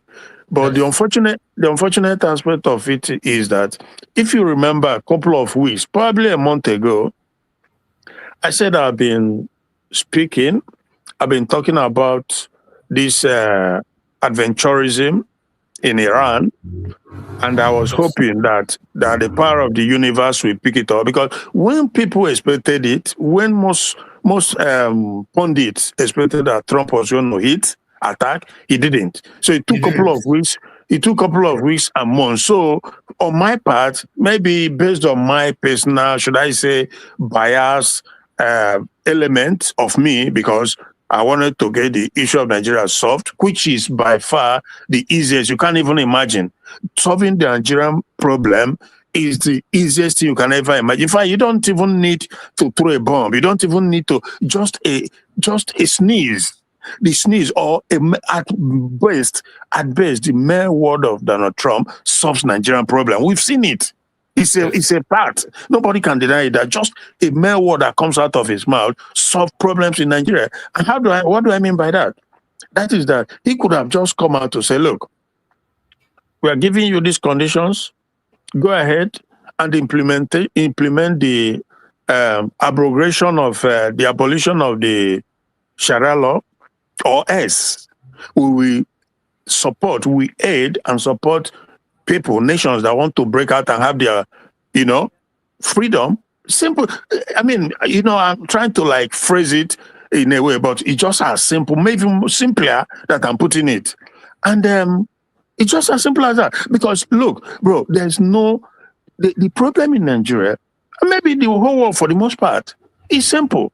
It's not that difficult. I can guarantee you that all the problems you see all over the place, they are simple problems that can be handled. But unfortunately, because the world is made up of human beings that are evil, fundamentally evil-driven bunch of people. And so therefore, it looks unsurmountable, it looks unsolvable, but in actuality, it's very simple. There's no problem that has existed that has no solution. There's not even one problem that does not have solution. But again, because evil people are in charge, So where do I start from? Look at what is happening in Nigeria. And when I saw the interview from this Mehdi Hassan, his name is Mehdi Hassan, the British journalist who nationalized as an American citizen now, but he's British, I think probably Asian or Arab British, born and raised in the UK, but now lives in the US. So he was the one that gave the interview to Daniel Buella, So my point is, he went really deep on the issue of Nigeria. But the fundamental question is, they probably know, but they continue to shy away from it because they know how it sounds and how it plays out. That is why Nigeria in the first place? How does it come about? How can anybody in their right sense of mind accept the fact that Nigeria should exist or ought to exist? Even from the foundation, from the get-go, it ought not to exist. But even at then, Even at this stage where we are now, why would anybody continue to support the existence of Nigeria, where a situation whereby the leadership, the president, the current one and the one before, many in the government position, they are the one who brought the terrorism in the country. And as we speak, this very day as we speak, the government, because when I say the government, it's not just Tinubu, the Vice President Shetima, it's also the government. These are the people who created the terrorism, and they continue to fund it, to defend it, to support it, and to turn a blind eyes. And they are refusing to do the needful, because that is their project. That is their project.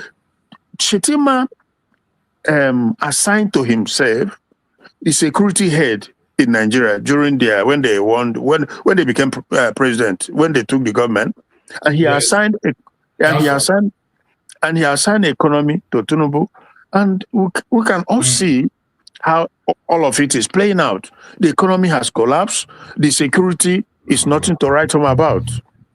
So, but they look away. Shetima, because again, like I say, this is their project. They looked away. And I thank God that everything as we say it is playing out. It's just playing out. But people continue to, maybe they are wishing something. I don't know what they are wishing. But it's sad because you can't wish it away. The government of Nigeria is fundamentally responsible for the terrorism going on, from the previous one to the current one. And one can clearly see now that their aim is to wipe out as many of the soldiers, the military that are not loyal to them, right? Because they have in the Nigerian military those that are loyal to the Islamic terrorists. Those, yes. So those that are not loyal, they are wiping them out, and they're advancing. They've now proclaimed that they are marching into Abuja. I'm sure you're aware of that, huh? Yes. And they're going to do it. We've said it. I saw they released a new video that they've taken over some places in Borno, and they are heading to Abuja. Yeah. And I can guarantee you, again, people can continue to live in their stupidity, but I can guarantee you that the government, knowingly or unknowingly, let me rephrase it. The government, and again, when I say government, I'm making reference to the likes of Shetima, Tinubu, Nuru Ribadu, the Dangotes, the El-Rufai, and this guy who is deputizing P2B. I saw him on Channels TV. I don't know if he's a current interview. He was saying all sorts of things, another lies and deception. He is a Fulani guy from Mauritania. Everybody knows that. They are all in need, Islamization and Fulanization of Nigeria. But the Nigerian people have been so condemned to an extent that even when you show it to them, even when it's happening right in their face, they can't comprehend. You know, it was told to them that they were bringing in all the Fulanis from the Sahel region to come into Nigeria and settle. That was a project. They said it during the Buhari administration. And it's playing out. And the guy who said it, Bala Mohammed, is there today. Nobody cares. I don't know, they've forgotten it, or they're pretending to have forgotten that he told them what is happening today was going to happen. You know, how do you bring in people who are not Nigerians and flooded into the country? Since how many years now, maybe a decade or whatever, and they continue to massacre people, and it has continued to increase. Day by day, it's increasing, and you did nothing. And when these things were happening, none of the politicians, none of the activists, nobody come against it. Everybody just, I don't know. So why are you surprised that today they are threatening to take the seat of power? They are going to take it. And I'm sure when that happens, who knows? Maybe when that happens, they will shove Tinubu aside, an old man, a criminal, demented old guy. Maybe they shove him aside and shove aside Shetima, who knows? Or maybe the remnant of the loyal soldiers, because there are remnant of them who are either Yoruba or South or wherever, Biafra. I'm sure there are Biafrans still in Nigerian military. They will confront them, then there will be a continuous massacre, and at the end, they will overrun them. And what would America do if they get bogged down in Iran? If the United States military and Israel, if they get bogged down, I'm not saying that they are bogged down already, but we might well get there. I don't know if you are getting my point, bro. Yes, yes. It could well happen. Why do I say that? I say that to say that Iran is not Iraq. Iran is almost twice the size of Iraq. And Iran has been on preparation for a time like this. Yes. Even though they were negotiating, they were never negotiating in good faith. Yes. Because there's no country anywhere in the world that is so committed, that has sworn to the wiping away of the entire Israel as a Jewish nation like Iran. Iran is number one. Bro, I've been following this thing for decades. One of the former Iranian president that was taken out in this recent war that I just started, his name is Ahmadinejad, something like that was his name. Yeah. I think he was still also in this. Yes, he's gone now.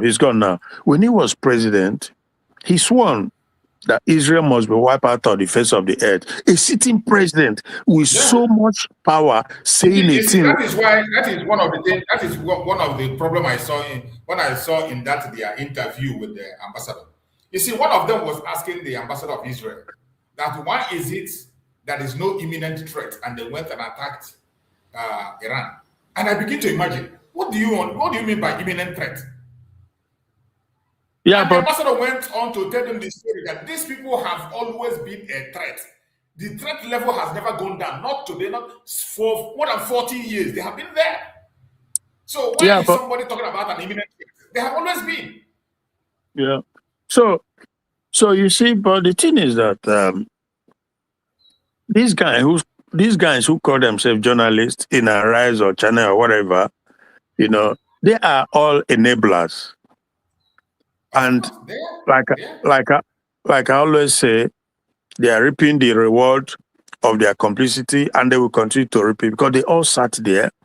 Some of them, they call themselves investigative journalists or journalism, but they never do anything. They never ask questions. They never hold the government, the president, the leadership, politicians. They don't hold them to account. They always go. Do you know that in that very interview, they were trying to deny and cover up the involvement of Iran in the terrorism that is happening in Nigeria? Yeah. If you go all the media, the Nigerian people, all these one Nigerians, they were interested. They were saying that no, that the Israel ambassador was just trying to indict Iran in Nigeria. He was just trying to indict Iran. Then I say, you mean it? When there are credible information, even from a BBC News, from other organizations about the involvement of Iran in Nigeria, on several occasions, when their weapon was intercepted in Tinkan, they were supposed to supply to the terrorists in Nigeria on 2 occasions.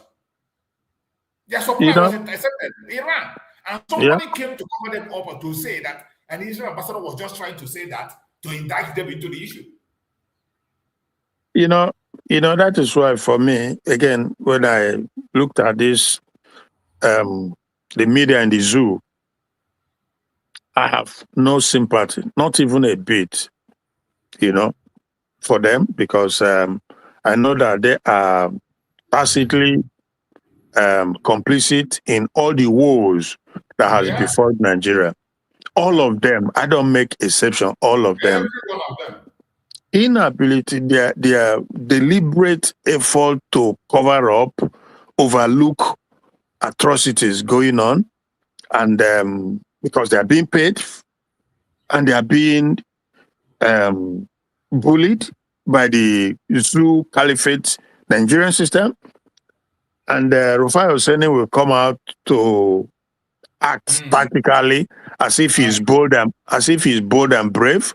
But we know that when push comes to shove, they are all in it because they are all pushing the one Nigeria agenda. It's all about personal interest. Like I said in the past, that I investigated the fact that he's the one running, or should I say, he owns a VOP under the British funding regulations. Yeah, So these guys are as guilty as anything you can ever imagine, because the agenda is to make sure they keep this one Nigeria going for the interest of their paymaster, the British. That's a fact.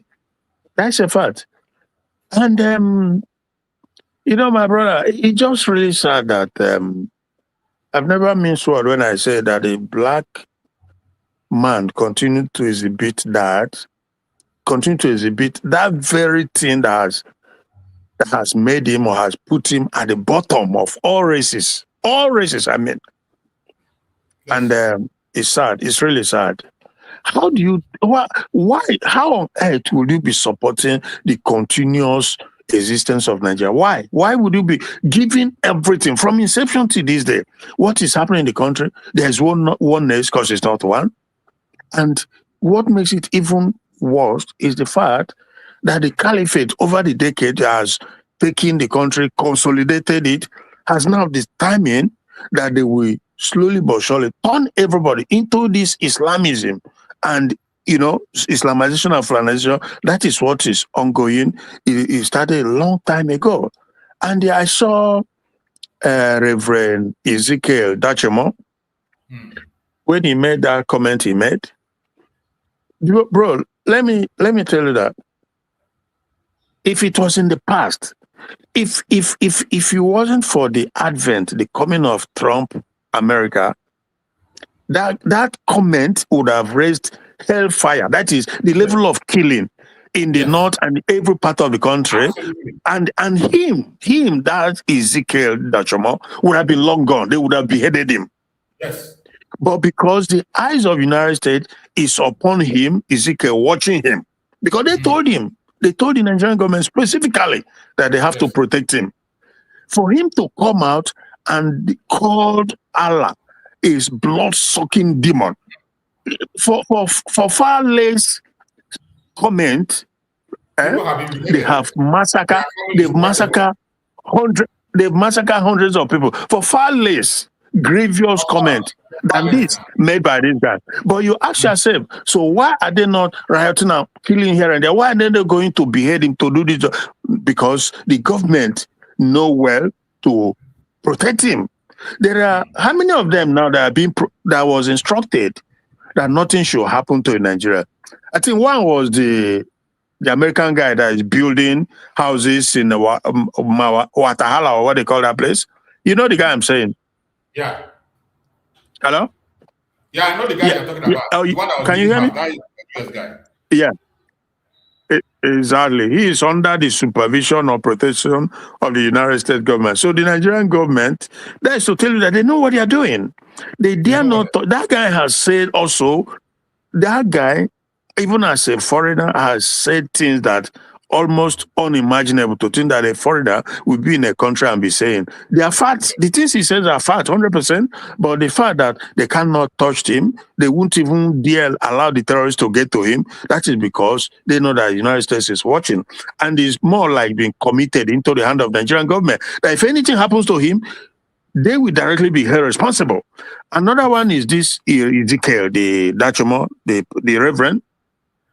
I think another one is Sunday Jackson that was freed just by mere word, bro, that comes out of President Trump's mouth. So I say this to say that the case of Nigeria, it seems to me, would have been by far easier to solve. You don't need boot on the ground. You don't need bombing. It's just a mere word. Tell the Nigerian government that this is what is going on and this is what you want. And that if you don't do it, we will do what we have to do. And they will do the right thing. That is either done. They say, okay. Because I think before I forgot, this Islamic terrorists in the north, even from the beginning, they've also made it very clear that what they want is an Islamic country. And if you allow them to have the Islamic country, all is solved. The problem is solved. But what happened is that because there are people, everybody, whatever you want to have it in your own area, and that is it. Simple. But what happened is that I think you hear me, Abi? Yeah, they hear you. Go ahead. Yeah, but the thing is that there are those Islamic elements in the north who are politicians, You know, needless to start mentioning them, but everybody know the people I'm talking about. They're in the Senate, they're in the National Assembly, they're in the presidency, the executive, they're everywhere. And also in the southern part of Nigeria, they are there too. Our politicians who we know were never there for the people, but they were forced upon the people. And in Yoruba land, everywhere. So these are people who are putting their personal interest ahead of the truth, ahead of the right thing to be done. So this is the problem. But fundamentally, this group of people in the north, they just want to carve out an Islamic country where they can practice Sharia, practice Allah, follow Allah, and when they die, they go to heaven, they get what is required, what is due to them. This is their belief system.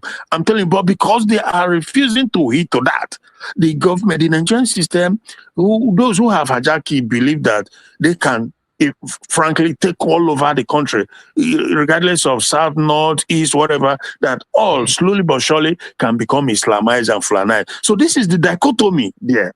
But as for the terrorists, they just want to have their Islamic country there in the north. So if they have it, if they are going to attempt to expand their territory, their powers, they will be met with a severe force, because if the Middle Belt have their own country and Biafra has theirs and Oduduwa has theirs and Bini, whatever, people as many number they want to do it, you have your own boundary, you have your territory, and you create a boundary, a border, should I say.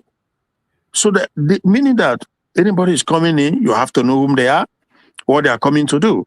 It's up to you to determine if they will be allowed in or not. And if there are those who are already inside, you must have a zero tolerance to terrorism and unnecessary criminality. Again, that is not to say that there's no nation that doesn't have some element of criminality all over the world. But you must have a policy. You must be able to put in place constitution and system that will checkmate it.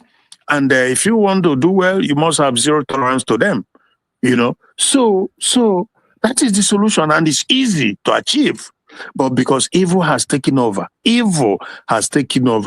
those with their ulterior selfish interests, and including the external influence, who sees Nigeria as the American honey too, the ones that created it, they don't want to see the truth happened.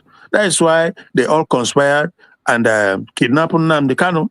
Not that he committed any crime, but because he want the right thing be done. But they don't want the right thing done.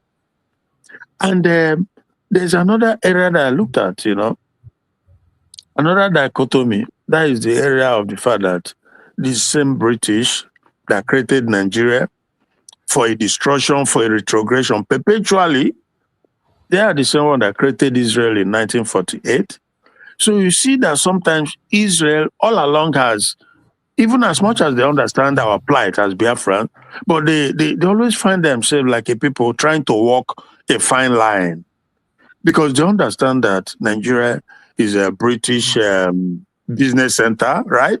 So, like, naturally speaking, you will not be happy to see your business center being disintegrated or, whatever, brought down, if you know what I mean. So, and they also, and the British they are also, in a way, give support to the state of Israel, because after all, they created it. So for Israel to now come out wholeheartedly, like full, that to come, and it becomes sometimes delicate and difficult. And that's why sometimes all these things have been going on, but they never really come out, the full force in declaration for Biafra, because they know what it will pertain to the British that created them and be supporting them too. So, but from when Shetima, we've talked about this some long time ago, some years ago, in fact, that when Shetima now summoned the boldness to go to UN to accuse Israel of a genocide against Palestinians and advocating for two-state solution, that is where Israel now feel like, oh, really? You are pushing this narrative while in your own place, you are massacring Biafran and depriving them, denying them of their right to freedom. So you see the game, how you see the geopolitics, how it's being played there. And sometimes, even in the past too, even now as we speak, I think that has been a kind of, should I say, area of concern or should I say talking point when it comes to United States, even with Trump, who has never made mention or pronounced a declaration of freedom for Biafra. He hasn't done that. The moves and everything could lead to it, but he hasn't come out to say it because they are also slightly being mindful of the position of Britain when it comes to Nigeria. This is global politics that is being played right before our eyes, So, but again, also that is where it comes in the Chukwuka factor. This is where it comes in too. Because as you see, frictions are being created among these various people. So again, that only Chukwuka Abiyama is the only one that could have done that. Not me, not you, nobody. Because of our own, trust me, we can't do nothing. Of our own, we can do little, but nothing, quite frankly. Because it's been going on for years and years online. But on the ground, we don't really have that staying power to do the needful because we get overwhelmed, overpowered by the effort of this collective bunch of evil people, the zoo government, the British, and the rest of them. They will get overwhelmed. I've said this several. That is why Nnamdi Kanu is where he is today. Not that he committed any crime. No, nothing. This guy that I just mentioned that interviewed Daniel Boala. Yeah. I mentioned his name now, right? You remember? Yeah, you mentioned his name. I forgot that name. You called him. Yeah, he's a British. I told you he's born and brought up in Britain, but lives as a naturalized citizen in the United States now. Is he going to claim that he's not aware of Nnamdi Kanu being a citizen of Britain too? He does know. He knows. He cannot claim he doesn't know because he seems to know a lot about the Nigerian politics and what has been going on, making comparison and here and there. So he knows. He's a citizen, a British citizen. Why has he not, none of them, if they are people of truth and genuineness, why have they not asked how is it possible that a British citizen who only asks for the right thing to be done, the freedom of association, which is fundamentally a guaranteed right in every known laws all over the world, they won't speak about it because every man more or less has a price. I don't know. So my brother, it's so complex, but we know that these things at some point was going to happen. When and how, we probably don't know, but we know that it will happen. And it's happening now because, like I was saying before, I pivoted to the other side. So this Islamic terrorists in Nigeria, they are now on a full force, all-out invasion of everywhere. They are moving. So the question is, who is going to contend? Who is going to stop them? Is it the United States and Israel?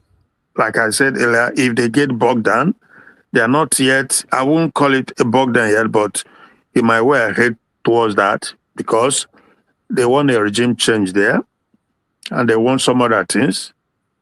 But a country of about 90-something million population, maybe 5% is against the Islamic nation. So you can imagine that 80-something% is on the side of government, and they are very willing.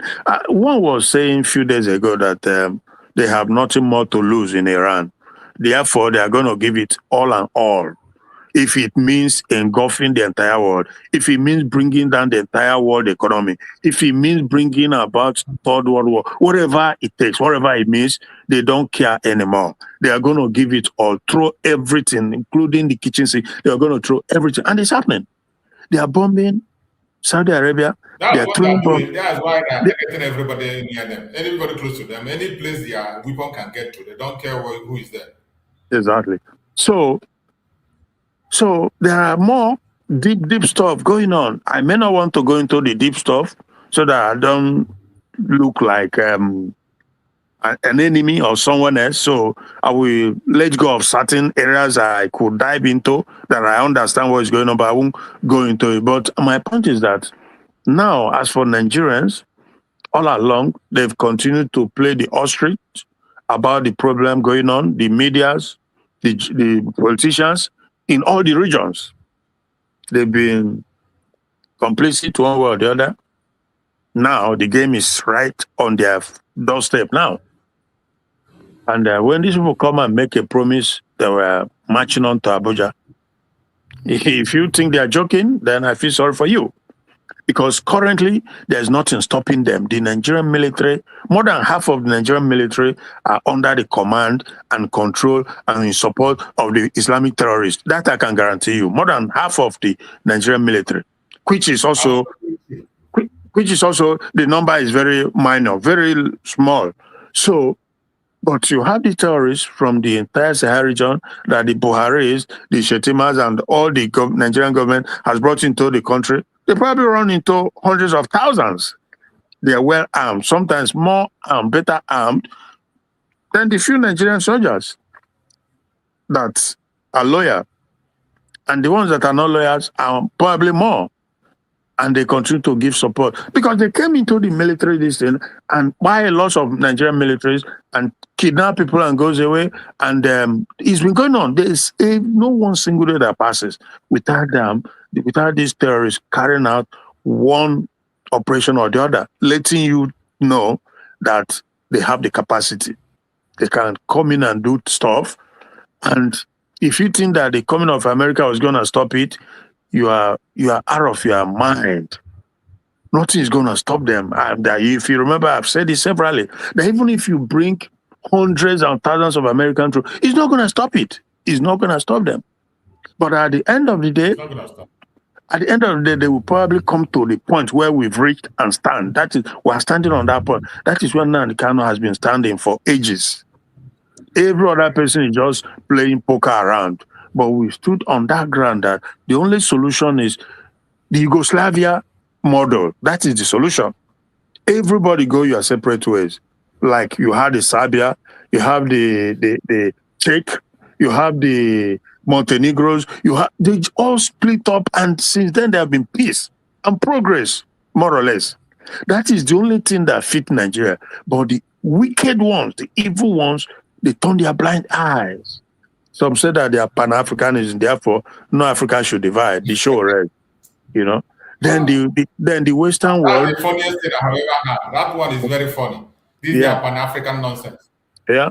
Then the Western world, they are playing their politics of interest when it comes to Nigeria. That is what it's all about. Politics of interest. The British know. They spearheaded the Yugoslavian model. The British and America. They spearheaded it, you know. They gave birth to it. And today that problem is solved. Apart from the Russia-Ukraine thing going on, which is entirely a different ballgame, entirely a different situation. We know that, you know. So, but when it comes to Nigeria, and these people, they never come in for a debate with somebody who will ask them questions and wait for them to give an answer why they think that Nigeria should continue when it's not supposed to in the first place. This is the problem. That is why I said that these are just evil people. So because evil exists, and when I say evil, it's not like it's somewhere in the abstract. No, it's in human. That is why you have this confusion here and there. People who will know the truth, but they abhor truth. The truth is they're allergic to it. They pretend, they close their eyes, and people continue to get slaughtered day in and day out unnecessarily. It's incredible. Absolutely incredible. We saw the video of how... You know, we have been talking in the past about our people getting serious in the United States and all that. I saw a clip, a very short clip that was posted by Joseph Okechukwu. I saw it too. He was standing side by side with Raleigh Moore. He said he's in the White House. And in that very thing they were discussing, and I think... he was trying to say that things are going to be done faster than we expect, that in the near future, because of certain things that are happening, they are slowing down a little bit, but they're going to be fast in time to come. So just like we have been saying, when I saw the picture, his presence there, it's encouraging, but of course, they need to do more. They really need to do more. That's what we have been saying. They should be there. Rajus, you know that I've also called him out specifically in the past. Yes. Because he lives in the United States there. And like I said, he was one of the ardent supporters of President Trump. During his first tenure, before his first tenure, the members of the Trump campaign team were he had contact with them. They were reaching out to him because they saw how much he believes in Trump. So that, like I said severally, was an opportunity for him to go in there and make the case for Biafran, because he's a Biafran, a hardcore Biafran, and I like that. So I've always said that he had the opportunity. We are here, with in a kind of, we don't have the access, So, but if you have it, you try and do something, contribute for your own goodness, for your generation. That is what it's all about. So I'm happy that he's doing that. And when he said that there's something slowing down, we know what is slowing down. We know it. There now, Congressman Raleigh Moore that he met with, he has been amazing. He's been doing an amazing job.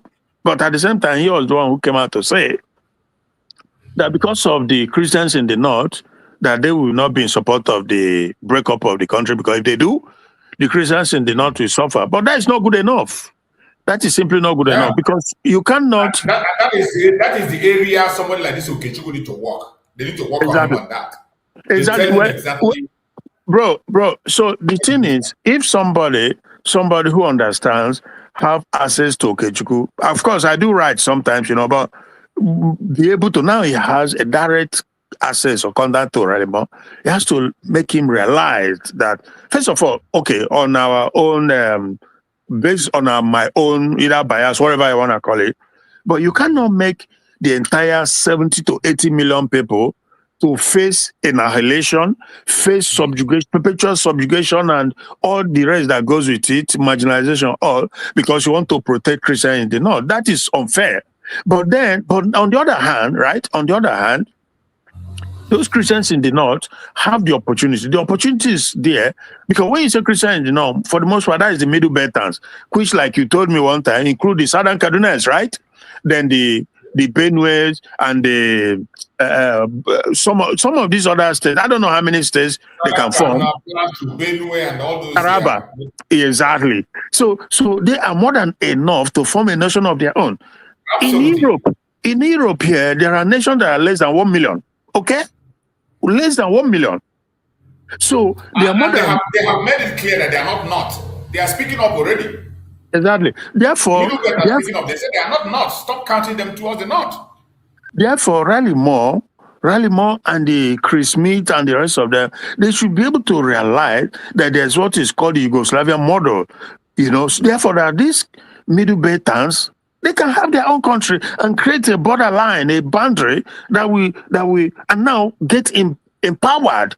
Because when you have your sovereignty as Middle Beltans, you'll be able to arm yourself, arm your people, create your own military that will confront the Islamic terrorists. It's as simple as that. Look, the problem is just so solvable. It's as ABC solving. I'm telling you, people just don't want to do the right thing because, like I always say, can defend themselves. You remember that these Fulanis could not be able to defeat the Tifis. Yeah. They couldn't defeat them. They have never defeated any group. The case of Hausa, it was Hausa people that defeated themselves. Yeah. So while I try to come in like this to put my opinion out there for anybody who listens, maybe there may be a contribution or solution, whatever. For those who don't know, maybe they may know from listening. That is why we say these things. It's not like it's particularly targeted to anyone individual or whatever, but we come out to say these things because the solution is there. There's a problem, but the solution is right there. Easy. But if you have made yourself an evil one who don't want to see the truth, who don't want to see the right thing happens, then that is unfortunate. There's nothing one can do about it. Because citing this Yugoslavian model, not that it didn't happen only in Yugoslavia. There are other places where it has happened. Because I also said that India and Pakistan, they were one country. But they all went their separate ways. And out of it came out Bangladesh also. And out of it came out Nepal, right? Yes. And so this happens. It happens. So why are you not between Malaysia and Singapore? Okay. Even in Europe here, it happened. Between the Spanish and the Portuguese, it happened. Between the Netherlands and the Belgium. It happened. They went their separate way because they don't have one word, because they don't have that commonality. Ideologically, they feel like it's not working. And even with Britain, Russia, former USSR. okay, yeah, exactly. Siberia and Lithuania and Ukraine, Russia, they all. You are seeing today, they were all there. Okay, you see, but again, evil has taken hold of mankind. They don't want to do the right thing, So, but let's see how far they will continue in this their evilness. There's no solution, absolutely no solution. Maybe when these guys overrun and take over the seat of power, maybe then the country falls for them. I don't know. Do we as Biafran, what do we do? That is a big question. So, because the solution to the problem, like I said, is you have to create a boundary. Nations, form your own nations, and you create a boundary. Then you can take charge of what happens, who comes in, who doesn't come in. Then you'll be able to, because could you believe that even as we speak today, the Nigerian system, which is the caliphate-led system, does not, even up until this moment, does not allow the people to arm themselves and protect themselves. Therefore, they make the job for the Islamic terrorists a walk in the park. They can just come in and slaughter people and just you don't even have anything to safeguard you. That is how bad it is. The fact that people are not allowed to arm themselves. You see how terrible the whole thing is? And every time they come on air, they are playing for time. They are deceiving people with lies and shenanigans. State police this, state police that. They told you, oh my goodness. And bro, oh no. It's just sad. It's just sad. But for me, I'm not surprised because we already know that these things were gonna be happening. Like I said, my hope and prayer all along was that the United States doesn't go into this issue in Iran, but now they're there. They are there now. So I don't know what's going to happen because if they don't fulfill the objective, if they don't get to the bottom of it, well, bro, you'll be surprised that Israel may have to back away from that region if they don't succeed. But that is not to say that even when they succeed, that is the end of it. It's not the end of it. It's a continuous project because the next big one will be Turkey. This Turkish president, Erdogan, is one of the hardcore Islamists who believes in the expansionism of and supremacy of Islam. Those are the people. He doesn't hide it. Those are the people supplying arms and ammunition to the Islamic terrorists in Nigeria. People that when Saudi Arabia rejects people, they will accept them. Exactly. Iran was basically the first supplying arms. It was the first that was supplying arms to the terrorists in Nigeria. And Turkey came in with Erdogan, who is a fundamentalist himself. So like you said, Saudi Arabia, they're trying to modernize, they're trying to liberalize. So they expel Gumi. Turkey welcomes him. Anytime he's afraid of something happening to Iran to Turkey, and he can come into Nigeria in and out, uninterrupted, uninhabited, nothing, nobody stops him, nobody questions him. So you begin to wonder, is the country not gone already? That Gumi can come into Nigeria airport, with passport, wherever, and is not apprehended. What does that tell you? This Tinubu government is much in need as anyone you can think of. People can lie to themselves all they care. Tinubu knows about this whole thing from beginning, he knows. But all he cares about is the opportunity to come in there as a president and to enrich himself and his cronies. And that's to the tune of the caliphate. Because after all, he's a Muslim too himself. So for them, they will be okay to live in the Sharia Islamic tenant, because after all, they're already a Christian, so already a Muslim. So what is there to lose?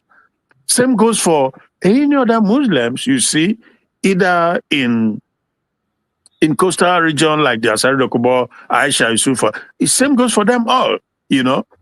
They will be willing to live under the tenet of Islam because they're already Islam themselves. Aisha was talking about Sharia law being her guiding rules and regulations. She said it. Aisha, you see? So is that somebody like that you're going to tell me that if Sharia takes over Nigeria, she will complain? No, he's not going to complain. He's not going to. They are one of those who will vote yes for it. If you conduct a referendum, they will all vote yes. 100%. She said it, not my word. She said it, that she lives under the tenet of Islam, which is Sharia. She said it on her program. So obviously, and that's just the solution. The Yorubas can battle it out for themselves, because I've seen a Yoruba preacher who was advocating Sharia, you know, in the Yoruba land. But I've seen some that condemns it too. So they will sort that out themselves, you know. But it's important that every region go their separate way. Why will it be different when it comes to Africa or blacks? Why? That is a big question. Everybody know about. The Yorubas are going to face the heaviest attack this time, but they don't know. They still believe that the Biafrans are their problem. They are going to face the highest massacre.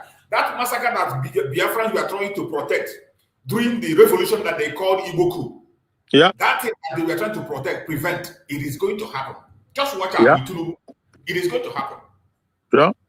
Whether he succeeds in this election or not, it is going to happen. And one thing you can be rest assured is that, except of course, if Trump or Western world, they begin to talk about it, Tinubu is not ready to do anything. He will just allow them to have their way. That is a fact, you know. So when people begin to complain so much, like in recent time, they were saying, oh, he didn't speak. Then he went and he just said something, you know. But otherwise, it's been happening for a long time, but he never cares. He can even go to a party or somewhere where people are being massacred, you know. So, my brother, audio go to Nigeria. And hey, again, one more thing before I forget. I don't know, but for a very long time, Mazen Namdekano, Simon Ekpa, and some of us in the power, we've been saying it. Because if I put myself in that position, that I'm in the zoo now as we speak, living in the northern part, it doesn't matter the kind of house or business that I have, I would not, especially like my family, I would not let them be in the northern part now as we speak. At least you have to. We have given that warning for a very long time. Even as we speak, they have started massacring already. I saw some videos, some people sent me some private videos where some of our people have been attacked already. You know, one of what with their media is that they don't make it public. Only that those ones who see on social media. The attack is already going on. Yeah, the thing is, because we have repeatedly continued to warn them, continue to advise them to make a move, start making moves. But they ignored us. They call us whatever, our own people in the north. So it's just sad, but it is what it is. Whatever happens to them, happens to them. If they are not able to defend themselves, because I will encourage them though to stand up and fight back, defend yourself. But if you are not able, for them, Mazi Simon Ekpa gave them a message. Mazi Nnamdi also gave them, wherever you are, stand there and defend yourself. Exactly. You think we're going to wait for you to come back before we do anything? Yeah, exactly.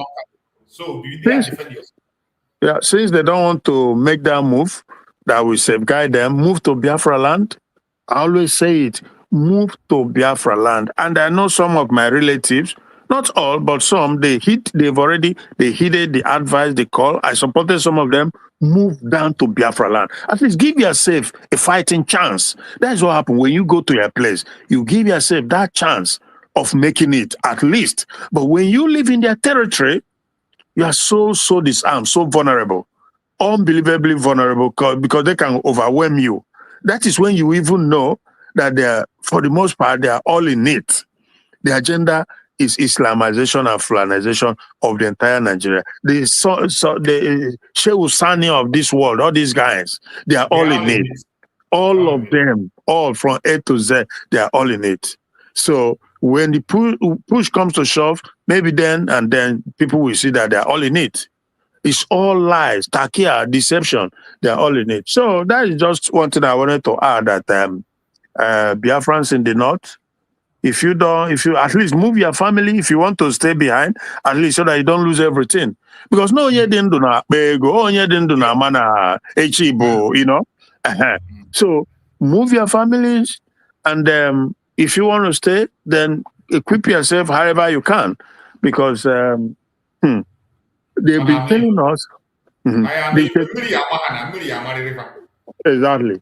So there's not gonna be a teardrop, you know, because for decades the warning has been going out, but they ignore it. So sorry, like the Gomorrah, Sodom and Gomorrah, they were warned, but when they didn't listen, what happens, you know. So that's all I can say, because when these guys were ganging up, they've been ganging up, the evidence are there, everything points to that direction. The Shetimas, when they were collaborating with that Kunle, the Yoruba guy, you think these things were just ordinary? You think they are just saying it for saying it's sake? No, they mean business. From their founding father, you know, Otman Dafodo, the one who said, I think, no, not, okay, Otman Dafodo, but the Amadu Bello, the one who came out to say that they will make, you know, all these statements they've given over the years. People don't take them seriously, but they are reaping the reward today, because they think that it's just a mere word. Hey, sometimes words mean something. Words mean something. That is because their children, the ones that came after them, their descendants, they are carrying out their dreams, the dreams of their forefathers. The Buharis of this world, they started carrying out the dreams of their forefathers, the Otman Dafodios, the Amadu Bellos. That's what they passed down to the Shetima, the Erufai, and even many more coming. So the only solution is let them have their own separate country. Then you have yours. You will just be a neighbor. You need just neighborliness. It's as simple as that. We engage in trade or business, whatever, bilateral. You can go into that. It's normal. But I don't know. I don't know what they see in it. What do you, my brother? I don't know whether if you are seeing this video, what do you have to say about this video that is playing? I know you must have seen it. Is that not Sunday Boho guy? Sunday Boho in APC now, with APC cap, supporting Tinubu. Yeah, obviously. Yeah, obviously, one can clearly see the difference between Nnamdi Kanu and this Sunday Boho guy. You know, he's... Remember when one of our Yoruba sisters used to come here and tell us that this man is not in the struggle? Yeah, I remember that sister. Since this year, you've not seen her, right? Yeah, I've not seen her. So yeah, but you know that this guy is also, and which word is palatable that I can use to describe him? He's not a learned human being, if you know what I mean, huh? Yeah. He's just a tout on his own, you know, on his own right, so to speak.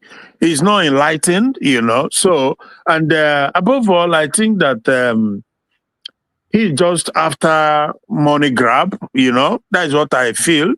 And yeah, so obviously, his career, he has been a political talk throughout all his career. Exactly. So you see, so you cannot, anybody trying to compare Sunday Igboho with Nnamdi Kanu is just being misplaced, because there's no basis for comparison. You know, Nnamdi Kanu is an astute, learned individual, a brilliant brain that can stand the test of time. You know, so there's no ground for comparison whatsoever. Now, for him, I don't know, but it's obvious that you may likely see him tomorrow, just maybe when things goes wrong or things turn around, he will turn around again to begin to say, Yoruba nation, no going back. Because that used to be his word, you know. But it's just, I don't know, let me not denigrate him more. He already denigrated himself, you know, with that behavior. Everything against himself, not us. Yeah. There's no integrity in him. I saw Koiki Media. You know the Koiki, right? Yeah, Koiki. I don't know. I've not seen him for some time. What will he be saying now? Well, I saw him on a short clip of a video saying that Nigeria is unworkable. He said it just in a few minutes that I saw the video. I think it's a recent video, but he didn't make mention of his because this guy used to be his boss, if you know what I mean, huh? Yes, now he's the spokesperson of this guy now because this guy can't. Exactly, the spokesperson. But he did not make mention of Sunday Igboho, so he very tactically avoided that. Just keep saying that Nigeria is obvious and an unworkable country. That the division is the only solution. And who was his name? Vam Vam Vam was he lashed on that. You know that Koiki is this and that. But in my mind, I was like, well, I don't really care, you know, what Koiki says or doesn't say. For me, you know, they've shown us, they've shown beyond measure that we cannot, you know, we cannot rely on them. So let them do their own thing. We will do ours. We will be good neighbors, you know. We trade together. People can intermarry, whatever. They can marry, whatever. It's your right. It's a personal choice. Who you marry, who you, whatever, it's your choice. We can do that. But they must, that is my personal opinion. I stand on it forever. That is that. They must have their own entity and we have ours so that we can deal with our stuff the way we know best. And they do the same on their own because we are not the same people. And this is where I disagree very, very strongly, very vehemently with this so-called Pan-African. The African is one. Africa is not one, God damn it. How is Africa one? Africa is not one, not even close. It's like saying that Europe is one. Europe is not one. The British just showed you that they are not one by conducting a referendum to opt out of Europe. And they did. You know, and that's why some of them, they went their separate ways because they are not one. So how can you come in and be saying the job because we all have the skin color black or just because we are in the same continent? That's madness. Madness. What do you mean, my brother? Even those ones in the front line of preaching that Pan-African. Look at the Malema of South Africa. What is his brother doing to his fellow blacks? What are they doing? Has he been able, even only South Africa, has he been able to solve the issue of differences in South Africa? Yeah. You have to solve that first and see how, whether if it is possible to solve before you begin to talk about your so-called Pan-African. You know that these guys, in my estimation, they are just so mischievous bunch of people, and I don't know if I would say they are uninformed. I don't know, because there's one argument that the one who said is Professor Molumba. Is it Molumba? I think. Molumba.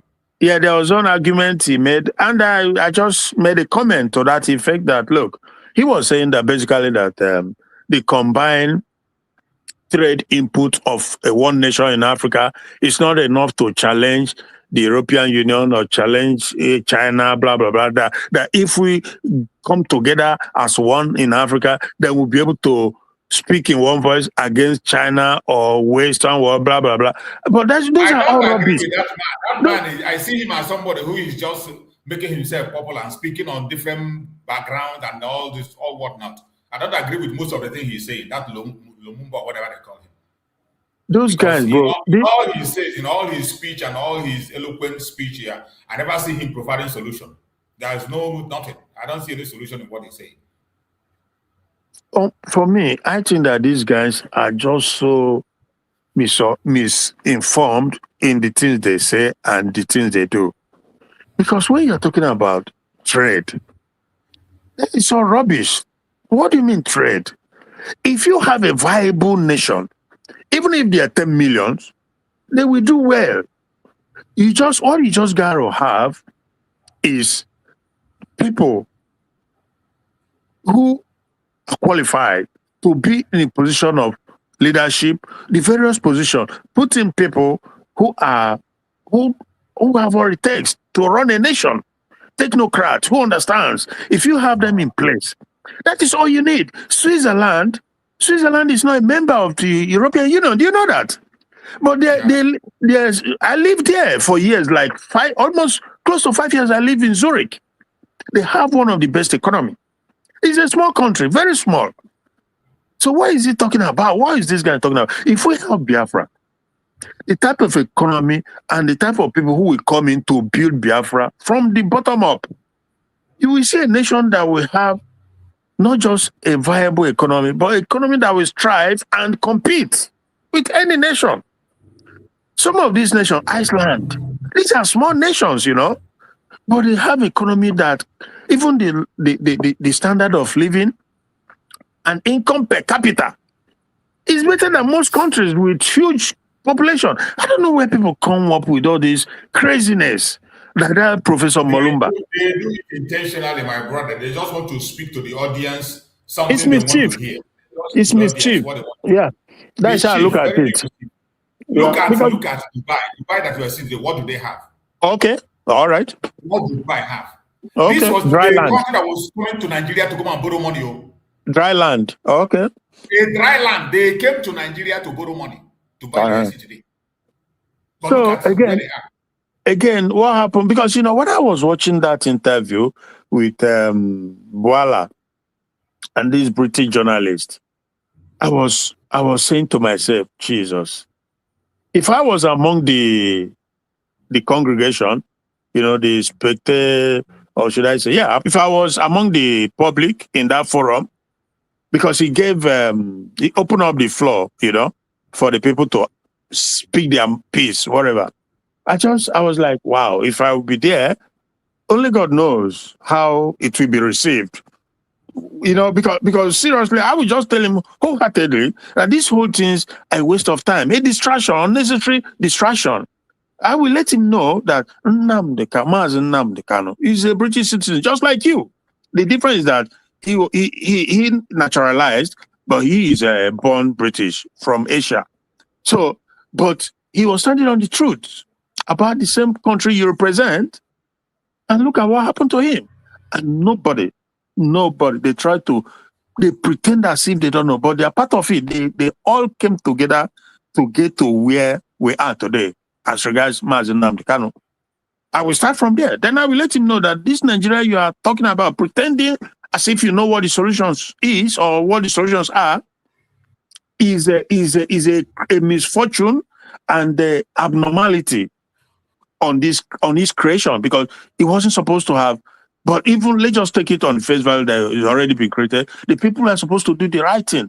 How do you bring these various nations, these various people that have nothing in common, that can't seem to agree on anything virtually, and you continue to force them to be in this country, and you deprive the people any opportunity in form of referendum, in form of whatever, to decide? In more or less, it's a kidnap. If that is not a kidnap, then I'm sorry, you have to tell me what the word kidnap is. People were forcefully put in that contraction and given a name like a dog. That is what happened. They named it Nigeria. Until this day, over a century now, the people were not allowed to make their voice heard. Each time you talk about, the rightful thing, they come after you. They buy you, they kidnap you, they, torture you, stuff like that. It continues till this day. Is that normal? I will ask Mehdi Hassan. His name is Mehdi Hassan. Is that the right thing to do? Is that how a society is supposed to run? That you kidnap people, force them into an entity, give them name, and those that one out of it, like we did, you all ganged up to force us back into it and continue at the point of gun on our head that we have to say in it. What does that mean? You talk about democracy. Does that seem like democracy to you? I guess he will say to me, I guess Mehdi Hassan, he's a journalist. I've followed him many, I guess he will say to me, but you have political representatives. I'm sure this is what he said back to me. But you have political representatives. Why don't they go there and push the narrative or push the agenda? Then I will let him know that those are not our political representatives. Far from it. I will explain it to him. I will explain it to him how it came about. So, and we're not going to just succumb to the fact that these guys are seen as our political leaders or political representatives. No, we will not succumb to that, because if we do, we are finished. Trust me, bro, choose. If we as Biafran contend to the fact that we have governors, we have senators, we have half of rep member, blah, blah, blah, therefore, they have to be the one to speak for us, you can be rest assured that we are gone for good. We are gone. Because they were all indoctrinated into this agenda of Islamization and Flanization. So these are the things I will say to him. And I'm saying it for anybody who cares to listen or hears whatever, to know that these are, because again, this is where, these are areas. I've argued with one in, I think I was in London then. I argued briefly with a guy like that. And this was the answer he gave me. That you have this, you have that. I said, no, it doesn't work that way. It's simply, we work for some places, okay, fine, but it doesn't, it's unique in a different place with different, uniqueness. So that is the situation, my brother. Audio, brothers. There.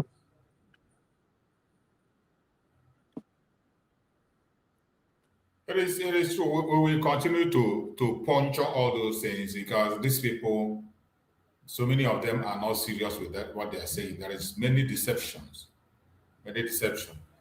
Anyone that is sincere and genuinely want to maintain peace or want to bring security to Nigeria, can never run away from breakup. And when we talk about this breakup, nobody is calling for war. We are not talking about war. Just like we have been giving an example of where it was done in Europe, in Asia, in America, people went their separate ways peacefully without any gunshot. The only thing that is needed is for a world power to open their mouth and say the word. Yeah. Just like you said, only tweet of Donald Trump has reshaped Nigeria to what it is today. People are running and doing things. So you can imagine what will happen when they open up, come out openly and say, let people have their own religion. You that want a caliphate, there is nothing wrong with it, but let it be within your own place. This is what you people want. You are already practicing the Sharia law even.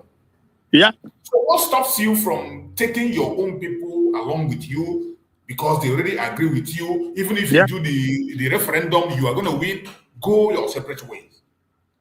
Because they already agree with it. They already agree. Brothers, I said because they already agree with the lifestyle, isn't it?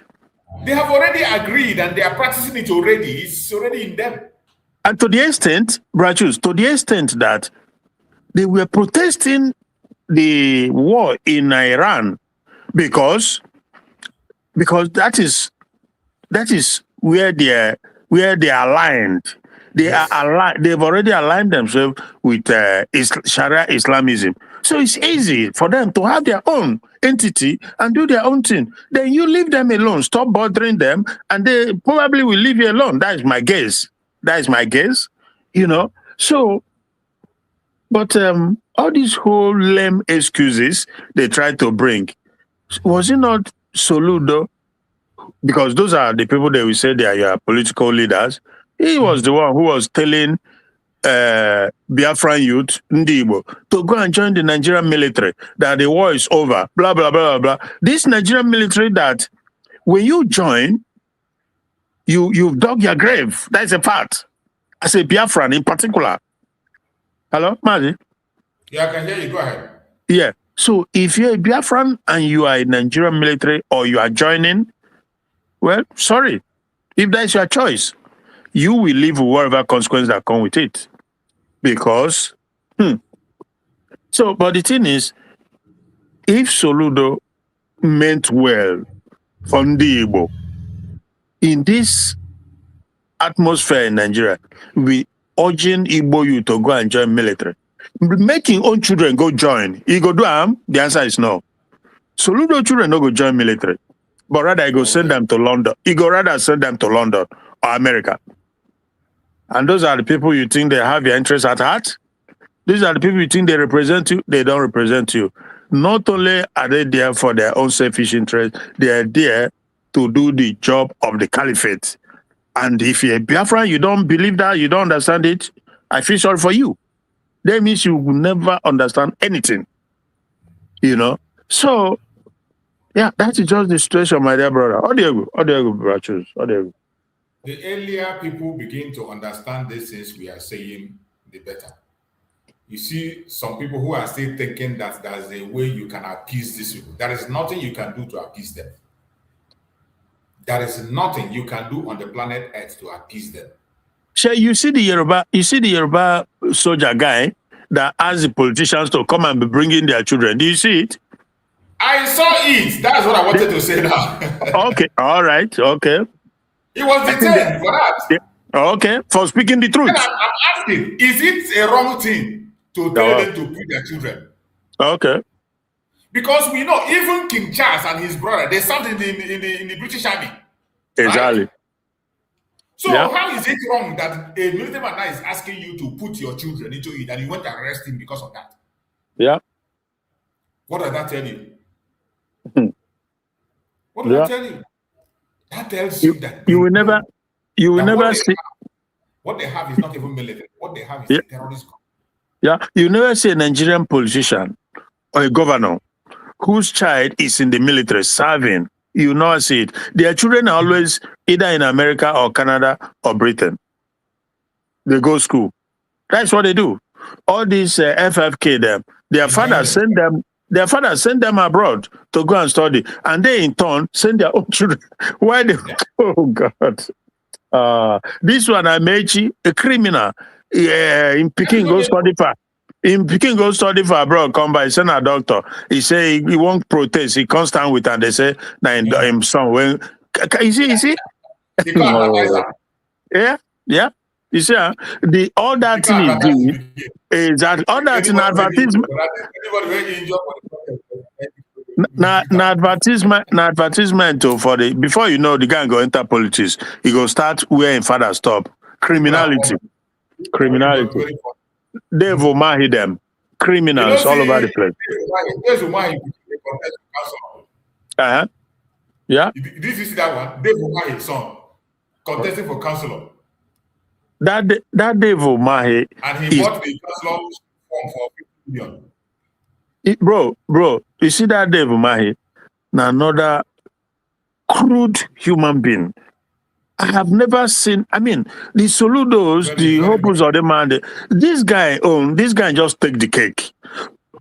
Dave Umahi takes the cake, bro. He's so, and they say an engineer. They say he goes school, but the person when no break chalk one day say if they behave better. See what this guy, Jesus Christ, a guy that will want to sleep with someone's wife, and if he refuses, he will come heavily against you.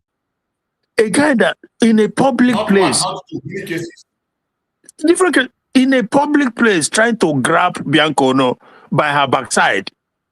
He doesn't say, Jesus Christ. Dave, when you see that guy, you can see the shrewdness of the guy using his power position to intimidate, to bully people, women. You sleep with them. If you don't, he sees your money, he sees your business, everything.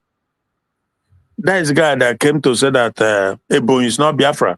That if you put a do Biafra, hey God. Hey God Almighty. Because he knows he cannot survive us. Yeah. He cannot survive in Biafra with all those with all those behavior, with all those criminality. Yeah. That is it. And for Tinubu, because Tinubu, that is his own life too, criminality. So if you just join APC, then you are fine. He doesn't care who you be, so you just join. That is all that matters, And the one thing there, one other thing that Tinubu and the APC they're very good at is they pick like that than Ebola, whom he speaks well, he's eloquent. I have to give him that. But he's driven by his stomach, right? Therefore, truth or fat doesn't matter to him. He doesn't care about fat at all. He just doesn't care. Even when he's caught red-handed, he still be denying it because that is how rascal and determined they are. This Mehdi Hassan was severally, was catching him red-handed in his own lies, and he would just deny it. The guy would be reading out to him the things that he said about Tinubu. He denied it, and the crowd, the congregation, they were laughing. He doesn't care.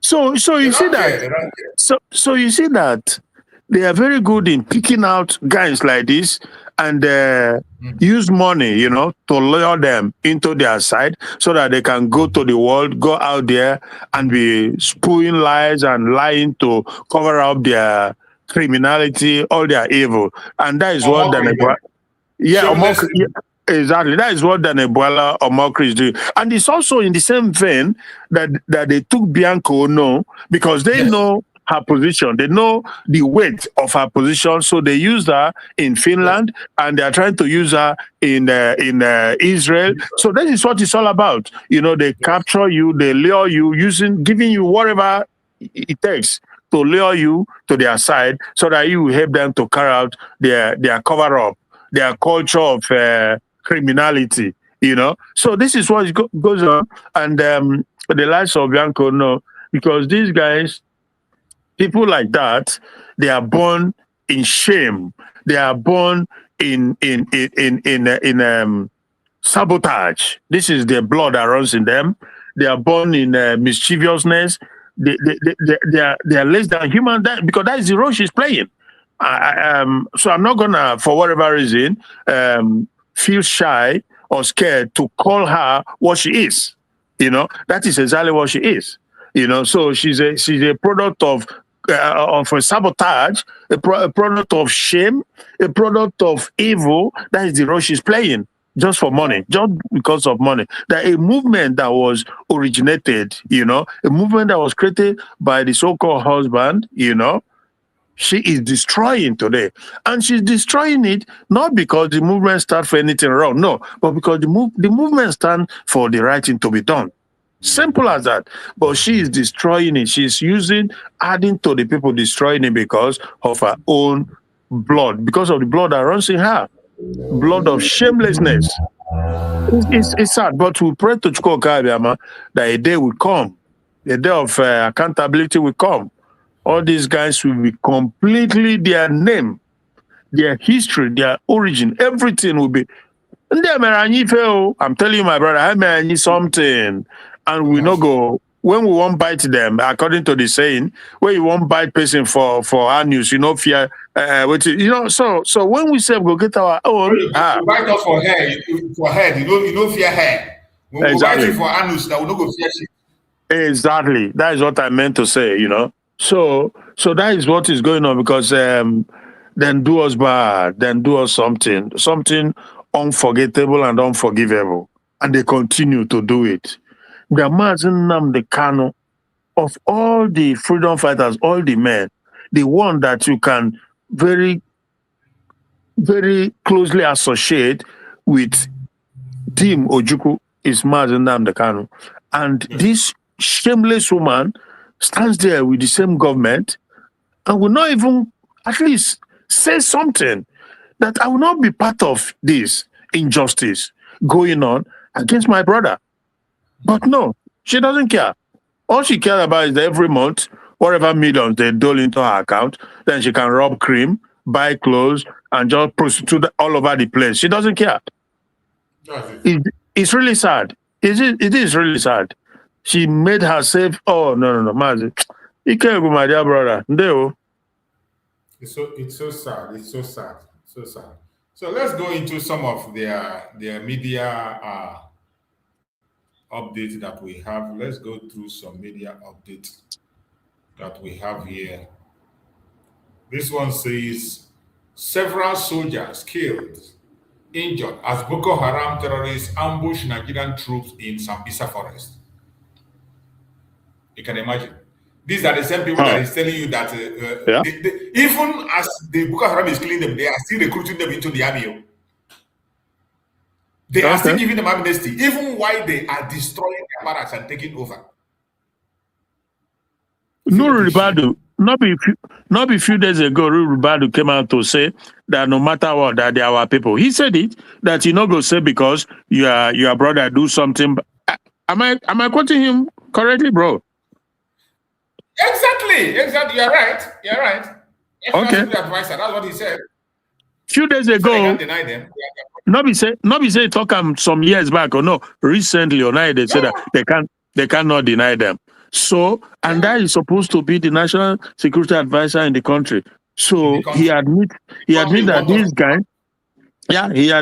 these guys, these Fulani guys who are buying people left, right, and center, who will commit all sorts of despicable abominables, that they are still their brother.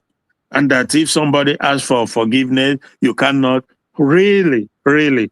And it's not as if the people have made a turnaround, though. They are still carrying out this genocide They are still carrying continuously. out their mission every day, every single day. This one is And recent. This one is yesterday now.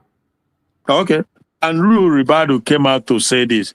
And nobody, in a sense society, he will leave that position immediately. And some of them will be put on trial for their complicity because he's also the one that supplied them the terrorist arms. And the terrorists confirmed that they got the arm from National Security Advisor. And guess what? He said they are forest guard. He named them forest guard. Okay. He didn't deny it. He said he was the one that armed them. Okay. And that was the end of the case. So. That is the end of it. That is the end of it. Yeah. This was a watch a group of pastors praying over U.S. President Donald J. Trump. Make una pray more, pray very hard. He needs prayer. He really needs prayer. Donald J. Trump needs prayer. You people should pray more. Everybody on their own should be praying for him. He needs our prayer. Yeah, you know, Brad. Storm naming ceremony in Katsina village. Yeah. Yeah, I was gonna say that. Yeah, I was gonna say that this move by America and Israel on Iran, I made my point very clear from the beginning, even before the whole thing started, that they would have continued with this policy of containment, you know, put every sanction possible to stop them from and continue to monitor their nuclear side, because there's no doubt that they intended, you know, to have it, even though the Ayatollah that was taken out said that he made a fatwa, they call it, not to have a nuclear bomb, whatever. But there's no doubt there are people in the Islamic Republic that wanted it. They want it so bad. So, but I still feel like the thing in Iran, again, now it's here now. So we just prayer is good too. Like the people they are praying, fine, you know. So, but in a way, maybe it's out of most people's hand because nobody knows what is going to happen now. We saw what happened in Afghanistan. More than 2 decades, they got bogged down in Afghanistan. And Iraq, it took them, I can't remember how many years it took in Iraq. And today, can you ask yourself that Iraq is a democracy? The answer is no. Can you say today that in spite of America going to Afghanistan, spending trillions and trillions and lives, or thousands of American lives, is Afghanistan a democracy? The answer is no. They are more suppressed in Afghanistan. I think Donald Trump is going to approach this differently. I don't think the U.S. is ready to put their boot on the ground with their soldiers. They're not ready to. No, bro. He said that if he has to, he will. That is what he said maybe a day or two ago. He said that because that was when he talked about regime change. So they asked him about boot on the ground. He said, well, that is not what they want to do. But if they have to, then they will. And you know what? Because there's no way you can achieve their aim and objective without boot on the ground. Because if you stand up and you throw in bomb, it's not going to change anything on the ground, to be honest with you.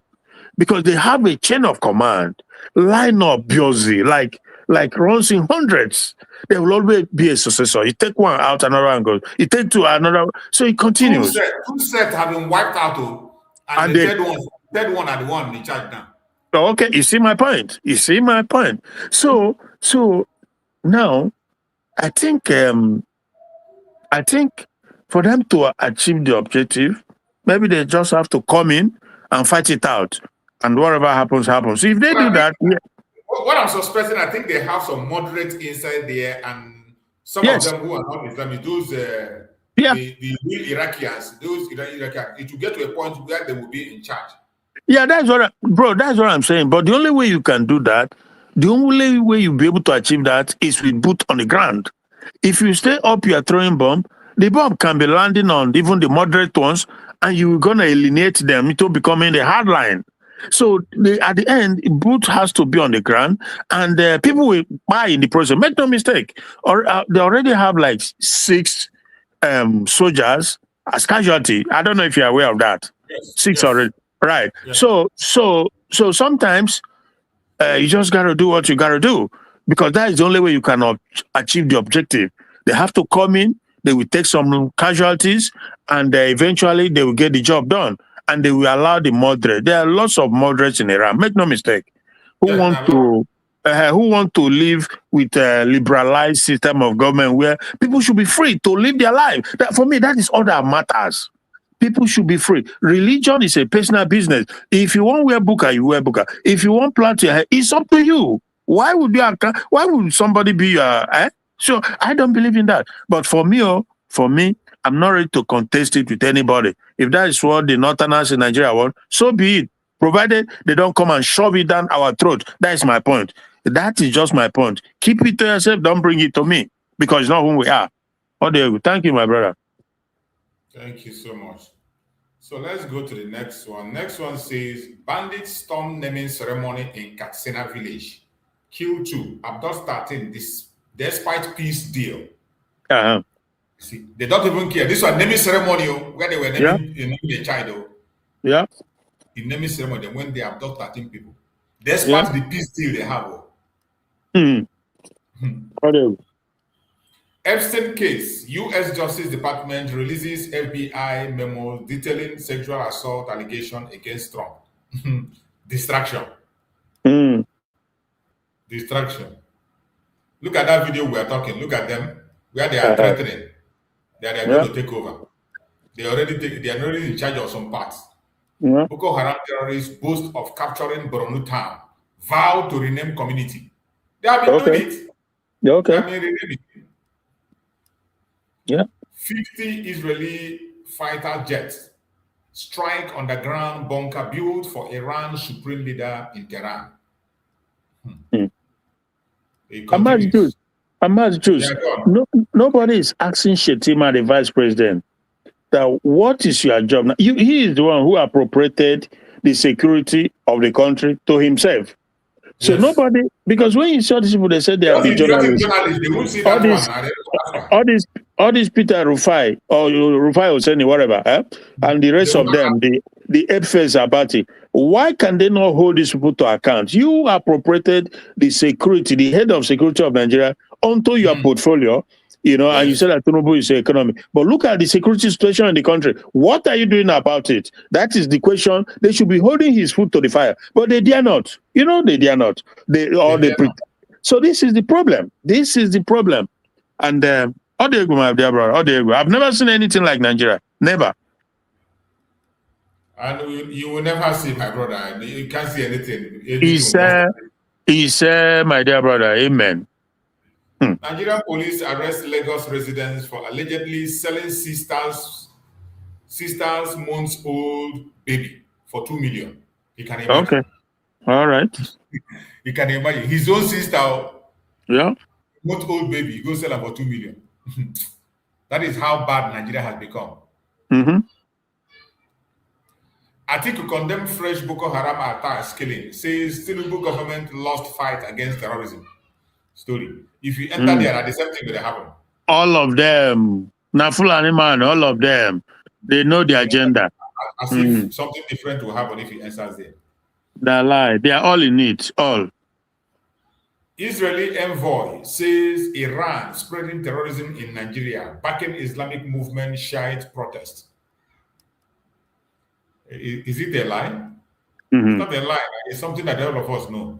Court dismisses ADC ex-presidential candidate Dumebi Kachuku suit against party.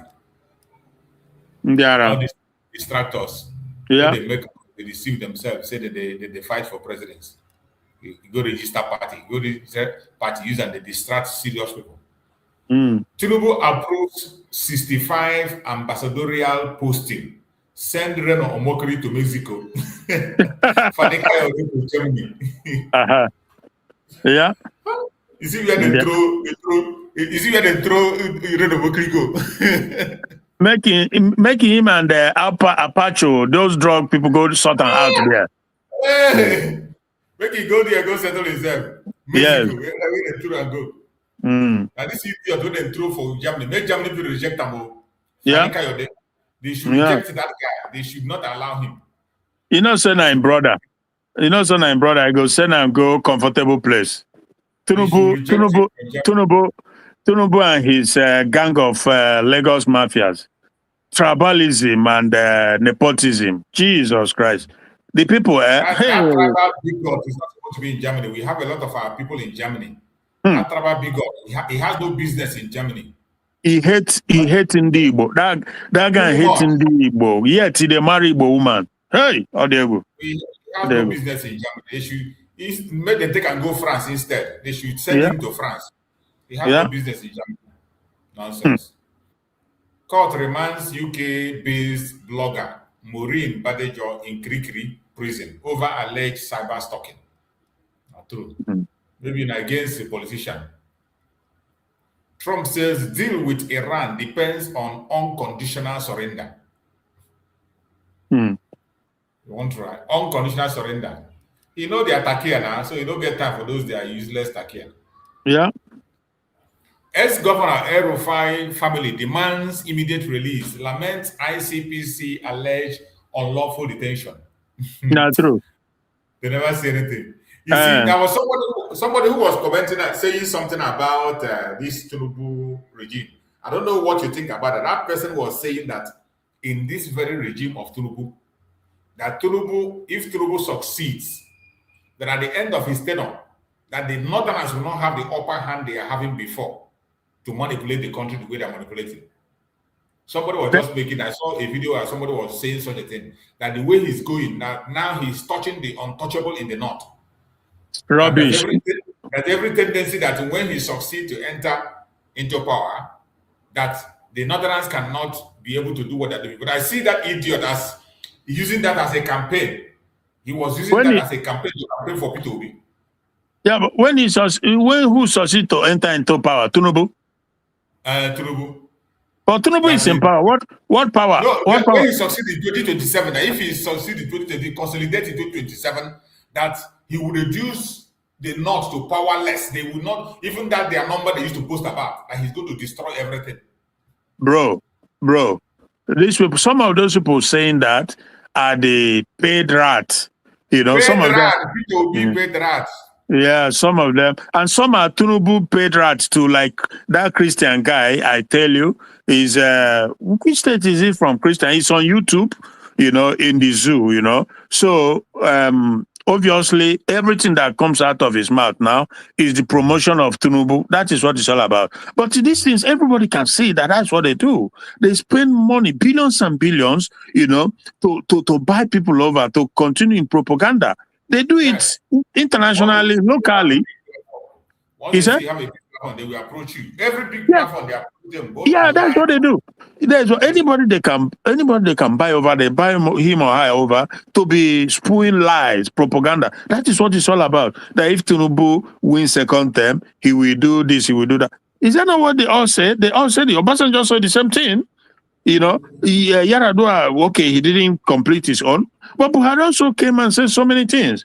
But all is just to win and spend 8 years. That is their target. So that to be able to steal enough and enrich their cronies enough and destroy the country further, and they go away. No, but my brother, I know that comment waste of these things. So it's either that obedient guy talking rubbish, but I don't even think, but how he go be obedient now? Because if Tinubu gains second term, that means P2B is out, isn't it? I mean. Yeah, that's the guy was saying that the Northerners should not vote for Tinubu, that they should think for another alternative, that if Tinubu consolidates in 2027, they will amount to nothing because he has already started removing their key men. It's not true. I know. Oh, you are right. That's why you say maybe no obedient. Yeah, it's possible that no obedient, but all are all lies. It's a waste of. None of those permutations is gonna work. And not even. How do you? Nonsense. Nigerian police IG Disu yet to appoint ex-force PRO Hudeyin replacement. That one now. But don't cry, finish, retire, and I resign. Some will come back again. Exactly. Now another Yoruba man or Tinubu take replace a Yoruba man. Everywhere remove Yoruba, he put another Yoruba. They don't care. They don't care. If you won't cry, cry. You know. So that is the situation. That is the situation. Serve the zoo and come back in shame. That no one learn. That but I'm gonna learn. They must learn. Mr. Protest, Showore joined wives of detained military officers to protest in Abuja, demand transparency. That guy. No protest when Showore no go join. Yeah. Protest. He not they miss anyone. All these two brothers, their wives, now he joined their protest. They say they demand transparency. Yeah. You don't choose your own path. Yeah? I have no problem with him. You exactly. Exactly. They don't give him. Yeah, he don't choose his own path. Exactly. So make it there. Get busy with that. And so long as he's not coming on our way, he's not attacking us, he should focus on his own. Simple. Exactly. You are 100%. We have been saying we must not speak on the same tone. We must not have the same opinion. People should be entitled to opinion. People should be entitled to pursue whatever they want to pursue. But Simple. do it without attacking anybody. That's it. Yeah. Gunmen attack Rotimi Amechi convoy, burn ADC office in Rivers community. When I never see Tinubu. When I never know the person who they contest with. Tinubu and Wike. They never know the person where they take place. You know, man, you can imagine that combination. Tinubu and Wike. Agboro, Jama Agboro. Ogogoro master. I can't imagine what Abuja will look like in 2027. I'm telling you, now fire. That time, I started to go join them there that time. You go to Abuja that time. With MC Oluomo, all of them. All of them, because you know the last time P2B win Abuja. Win Lagos. So this time around, they don't go take that area and play at all. Wait till where they call up weekend area. Then go massacre people and Tinubu no care. Only God will save them from Abuja. IPOB claims 10 million naira paid to lawyer Ifeanyi Ejiofor for Nnamdi Kanu's trial. Denies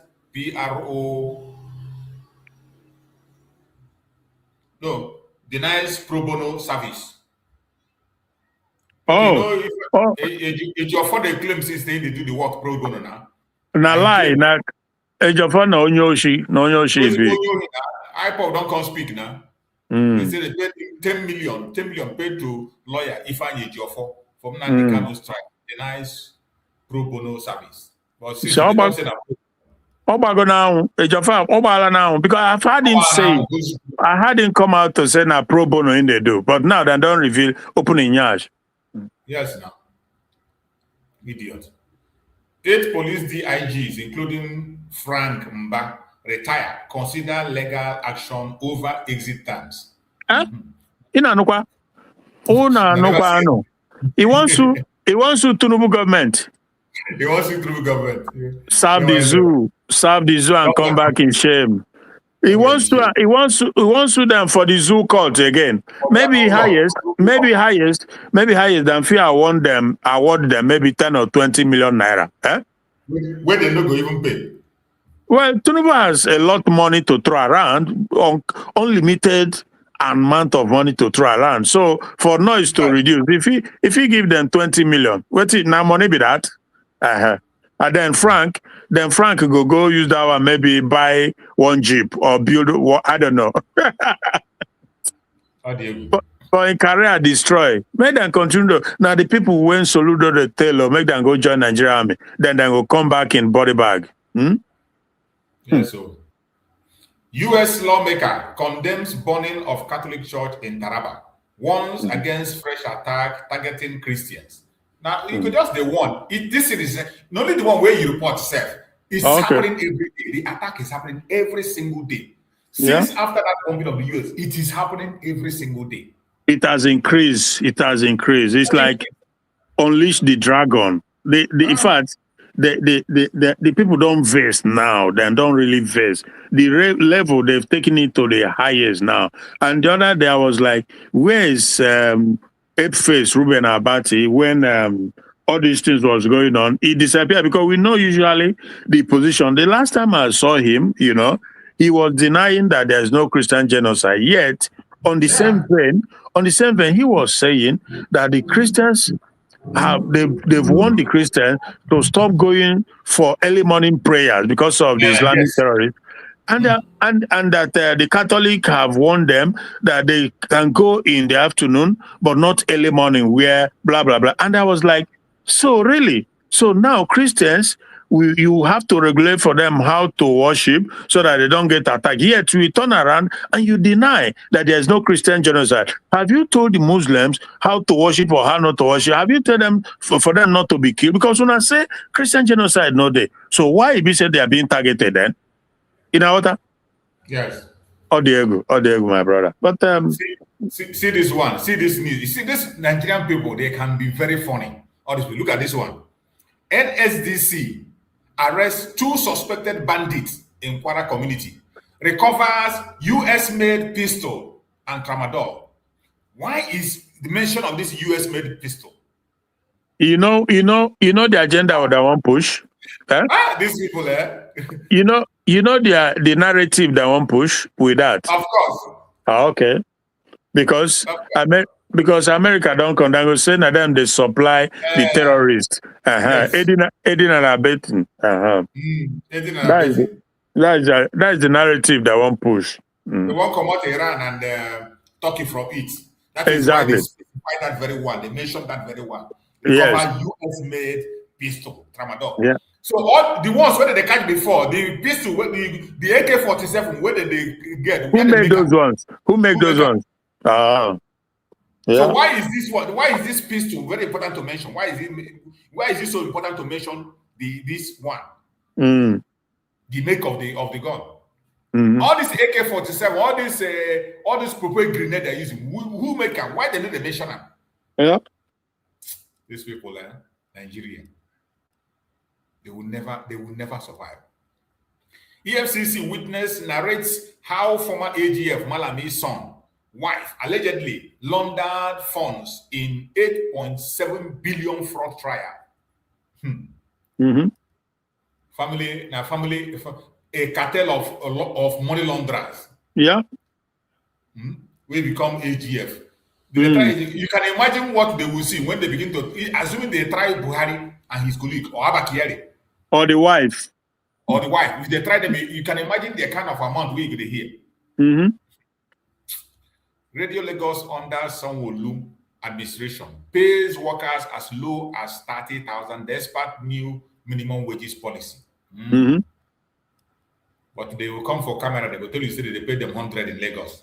Yeah. Lagos, they receive the highest minimum wage. See them now. Ondo police arrest 4 suspected kidnappers linked to fatal attack. Recover 1.4 million ransom. This one they learn now. This one's they learn.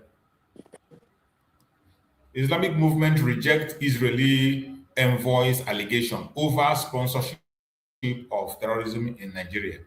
I wanna go. What you gonna go do before? I'm gonna go deny before now. Senior FCTA official Anita Odon under probe for alleged certificate forgery evade ICPC arrest in Imo State. Certificate forgery no be new thing now. Even Buhari, even their president forgery. Even Buhari too. Even Buhari, all of them now. All of them. Even that of that governor. Not all of them. Now normal thing for the zoo. But when they be small person, when they be ordinary person, they go chase and 1 nail and down. Exactly. Court again fails to sit in Niger governor's Bago cybercrime case against student activist Mwakwa. They will detain you for as long as they want, and so far you be ordinary person. They say you. American basketballer star of Nigeria descent Ogun Bawole arrested after alleged nightclub assault. Yeah. If say na Igbo lady now, you say na Igbo person now, you go see them, they go ring them everywhere online. Yeah. Ring them, it go become the talk of the town. Adeyunju secures release of women allegedly detained in secret dungeon by Matawale over video call with Tinubu. Yeah. This one make video call with Tinubu, then make the arrestable. Yeah. She didn't give everybody everything. Not the way we no go see for this zoo. Outrage as woman alleged Lagos police tactical squad abducted her. 2 friends demanded 800,000 as bail. Can you imagine? The police is involved in the kidnap. Soldiers are involved in the kidnap. Yeah. If bandits no catch you kidnap, soldier go kidnap you. Soldier no see you, police go kidnap you. YRC demands arrest removal of Rivers Council Chairman Epele for attacking women who expose dilapidated school structure. That is Nigeria for you now. If you expose any corruption, instead of arresting the person where you expose, they arrest you. You blow whistle, you become a problem. What in this idiot they do here? Nigerian Senate yet to confirm NACON chairman Abba Yusuf weeks after taking over office. Anything, if it run all internal self, no confirmation, nobody could do anything.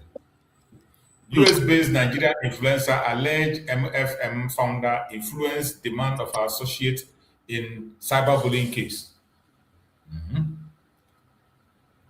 Accuses Nigeria of judicial persecution over prison remand of UK-based blogger Maureen Badejo. Continue. Buala makes frantic efforts to defend the government against corruption claims. Insecurity in heated interview. Now that interview where they talk. Yeah. You don't go around potty for your face. Delta State government set to begin bursary payment amid student fraud allegation. Lagos police refund 150,000 to woman who accused tactical squad officer of abduction. Extortion begins probe. When I refund some, as when I refund some, now the people will collect the money from their hand. Where they did.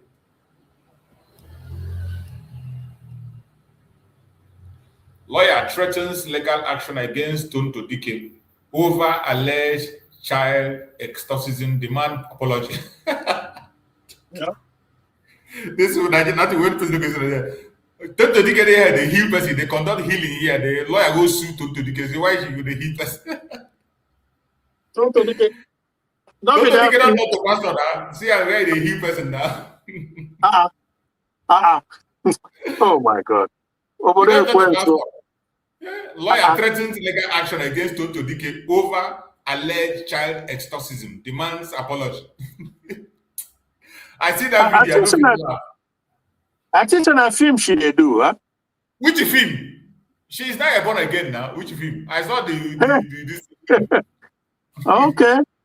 They conduct healing. Okay. Wow. Cross River to splash 2 billion on the renovation of Governor's Lodge 9 months after spending 994 million. Yeah. Nigeria for you. Looking for where to steal all the time. Stealing right, left, and center. When stealing know they happen, they know they happen. Petrol price may hit 1,050 across Nigeria over rising cost of crude in international market. Country where they produce oil, but when oil is scarce for other part of the world, it will affect you.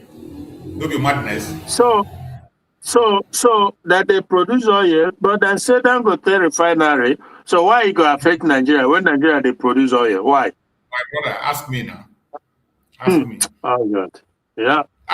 We were saying it now. Once Dangote enter with his monopoly, you know what to expect. Exactly. If you later buy that fuel for 2,000 naira. Yes. You will buy 2,000 naira. Wait, watch now. Despite weekly attacks, Governor Ayedatiwa claims to. Despite weekly attacks, Governor Ayedatiwa claim no terrorist attack in Ondo since our church massacre. You see this with shameless people. Very shameless. Upon people they report every day about attack, they claim say no, nothing like that they happen for his state. Yeah. And this is how they manipulate. They don't care about the life of the people. They don't care. Breaking. Explosion rock Iran major airport in Tehran. APC will, with its 30 governors, should make 2027 election free, fair, see who wins. Go sit down. Go sit down for somewhere. You never understand what thing happen. Breaking. Emirates Airlines suspend all flights to and from Dubai. Now, Iran wahala everywhere. Unilag restores student union government after 9 years suspension. Elect new leaders. Nigeria are safe in Iran. No report of casualty or injury, says Iranian envoy. Now, who won't come back, Zef? I saw a video say where some of Nigeria, where Iran said they don't go anywhere. There is no place, no home to go to. They are not going anywhere. They say it's better to be in that area than to come back to Nigeria, even with all the bombing. That is how bad Nigeria is. That's how bad it is, my brother. That's how bad it is. When people are crying to run, they say they are okay there. They're going nowhere. But you know what is funny also, eh? Hello, man. Yeah, I can hear you. Go ahead. Yeah, I said what is funny about this whole thing is that all these governments that comes in Nigeria, when they goes, they employ people who will lie and come out and tell you, even when it's raining, they will tell you, no, it's not raining. Now, that Boala on that this thing was saying that Nigeria is getting better, is doing so well, that Tinubu's programs, its long-term project, that is blah, blah, blah. But if Nigerians who are living in Iran can tell you that they rather stay there, even though it's now hell on earth, rather than go back to Nigeria, what does that tell you? But still, they will have people like Boala, Reno Mokri, to come and lie, to tell you that the weather is dark when it's not. It's terrible. Mad people everywhere. Police withhold salary of female corporal Grace Ohiari for 28 years as senior officer pockets 20 million. You can imagine. Yeah. You can imagine the poor woman withhold her salary for 28 years as senior officer. Chop 20 million for her head. Yeah. God.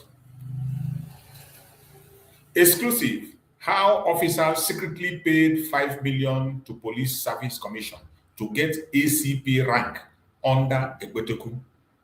Yeah. I say everything in Nigeria is bribery. If you want promotion, you will pay money. Everything, nothing, anything. All these promotions where they see, both in offices or anywhere at all, or employment, you must give a budget. That is why it is being done by qualification. Yeah. Your qualification doesn't matter. If you like, go Cambridge, read till your head bust. Nobody cares about you. That is all we have for today. My brother Christian, thank you so much for being with me today. It's not easy. Most time when we are together here, it makes it much more easier. Like some few days now, I've not been able to carry this long. And again, this network problem also has been attacking my platform. I don't know what is going on. But no matter what happens, thank God we've been able to hit it. Thank you so much. Give us your can push, you know, no matter what. Huh? Yeah. Hello? Hello, I can hear you. Go ahead, my brother. Hello? Go ahead, I can hear you. Hello? Yeah, I can hear you, my brother. I can hear you. Go ahead. Yeah, I hear you. Okay, so yeah. All right. So, call this in next time, my dear brother. So, just say, no, and let's just keep doing and pushing and mixing it up with prayer that just now continue with that. But then what all buyer na maka ndiro ebe ndiro no ka buyer bia no maybe see if in all ekwensu ni ha no in need time back on we fall back onto their head, you know. So thank you so much. Maybe you can catch by Monday. Only possible again was. Thank you so much, my brother. I appreciate you. Hello? You so much. Thank you so much, my brother. I appreciate you. Bye. I can hear you. Bye. I hear you. Okay, my brother. Thank you so much. So, my fellow Biafrans, I appreciate Okay, everyone. call you next time. Bye. God bless. Bye. Bless you too, my brother. Bless you. So, my fellow Biafrans, I appreciate every one of you that have joined us on this program from the beginning to the end. May Chukwu Okike guide and protect every one of you. Continue to stand strong with us. No matter how difficult it is, we will do our own little best. Even if it is only one of us here, two of us, three of us, no matter the population we have, we will always come and do what we have to do. So, wherever you are watching, like and share, and invite those that have questions, those that our message resonates with, and those also who you feel they need to hear us. Invite them at all times.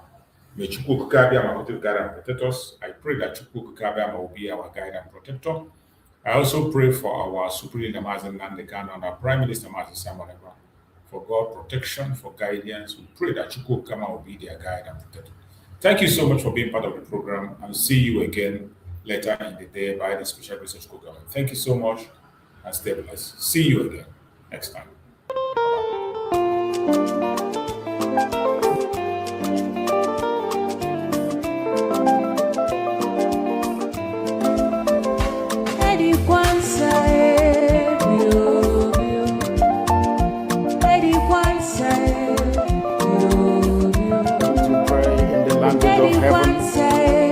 The very oldest language on the face of this earth. Chukwu Okike Abiama pụrụ ihe niile, Chineke na-oge ndị nsọ na-efe wee na isi ala nye anyị na-agọzi aha nsọ ya mgbe niile. Onye anyị na-aja mma wee anyị anaghị efe arụsị, ọ bụ naanị gị onye kere ihe niile kere eke ma ọ onye kere ya. Ọ bụ ya mere ndị nsọ na-ekiri ha na isi ala ndị ọbụla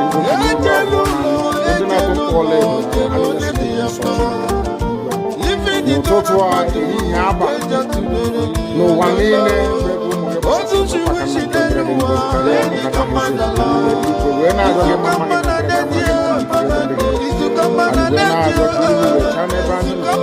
anyị wee na-arịọ gị ezi ebube gị ngozi itinye ọgbara n'etiti ndị iro ka ha rapụ ndị ka ha wepụta anyị onye bụ nna Chineke na ndị nsọ ka aka nsị ndị dị etu a wee baa ndị obodo kwesịrị isi uwe laa ya n'ihi anyị wee na-arịọ gị onye na-adịgide ma nwoke ebighị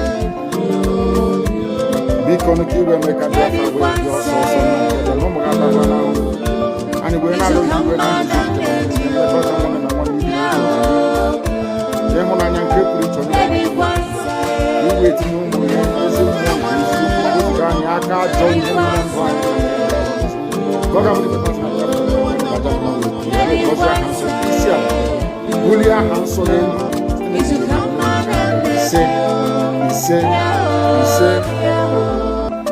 But you know what? I would like you to believe that Samareba is the cause of this. No. I am the solution, and the only way they can get to you is by kicking me out, which is not. I have come. Look with you. After I am done with Nigeria, Biafra will be free and enjoy freedom. Biafra will know the importance of freedom and what happens in 5 years to come. Thank you.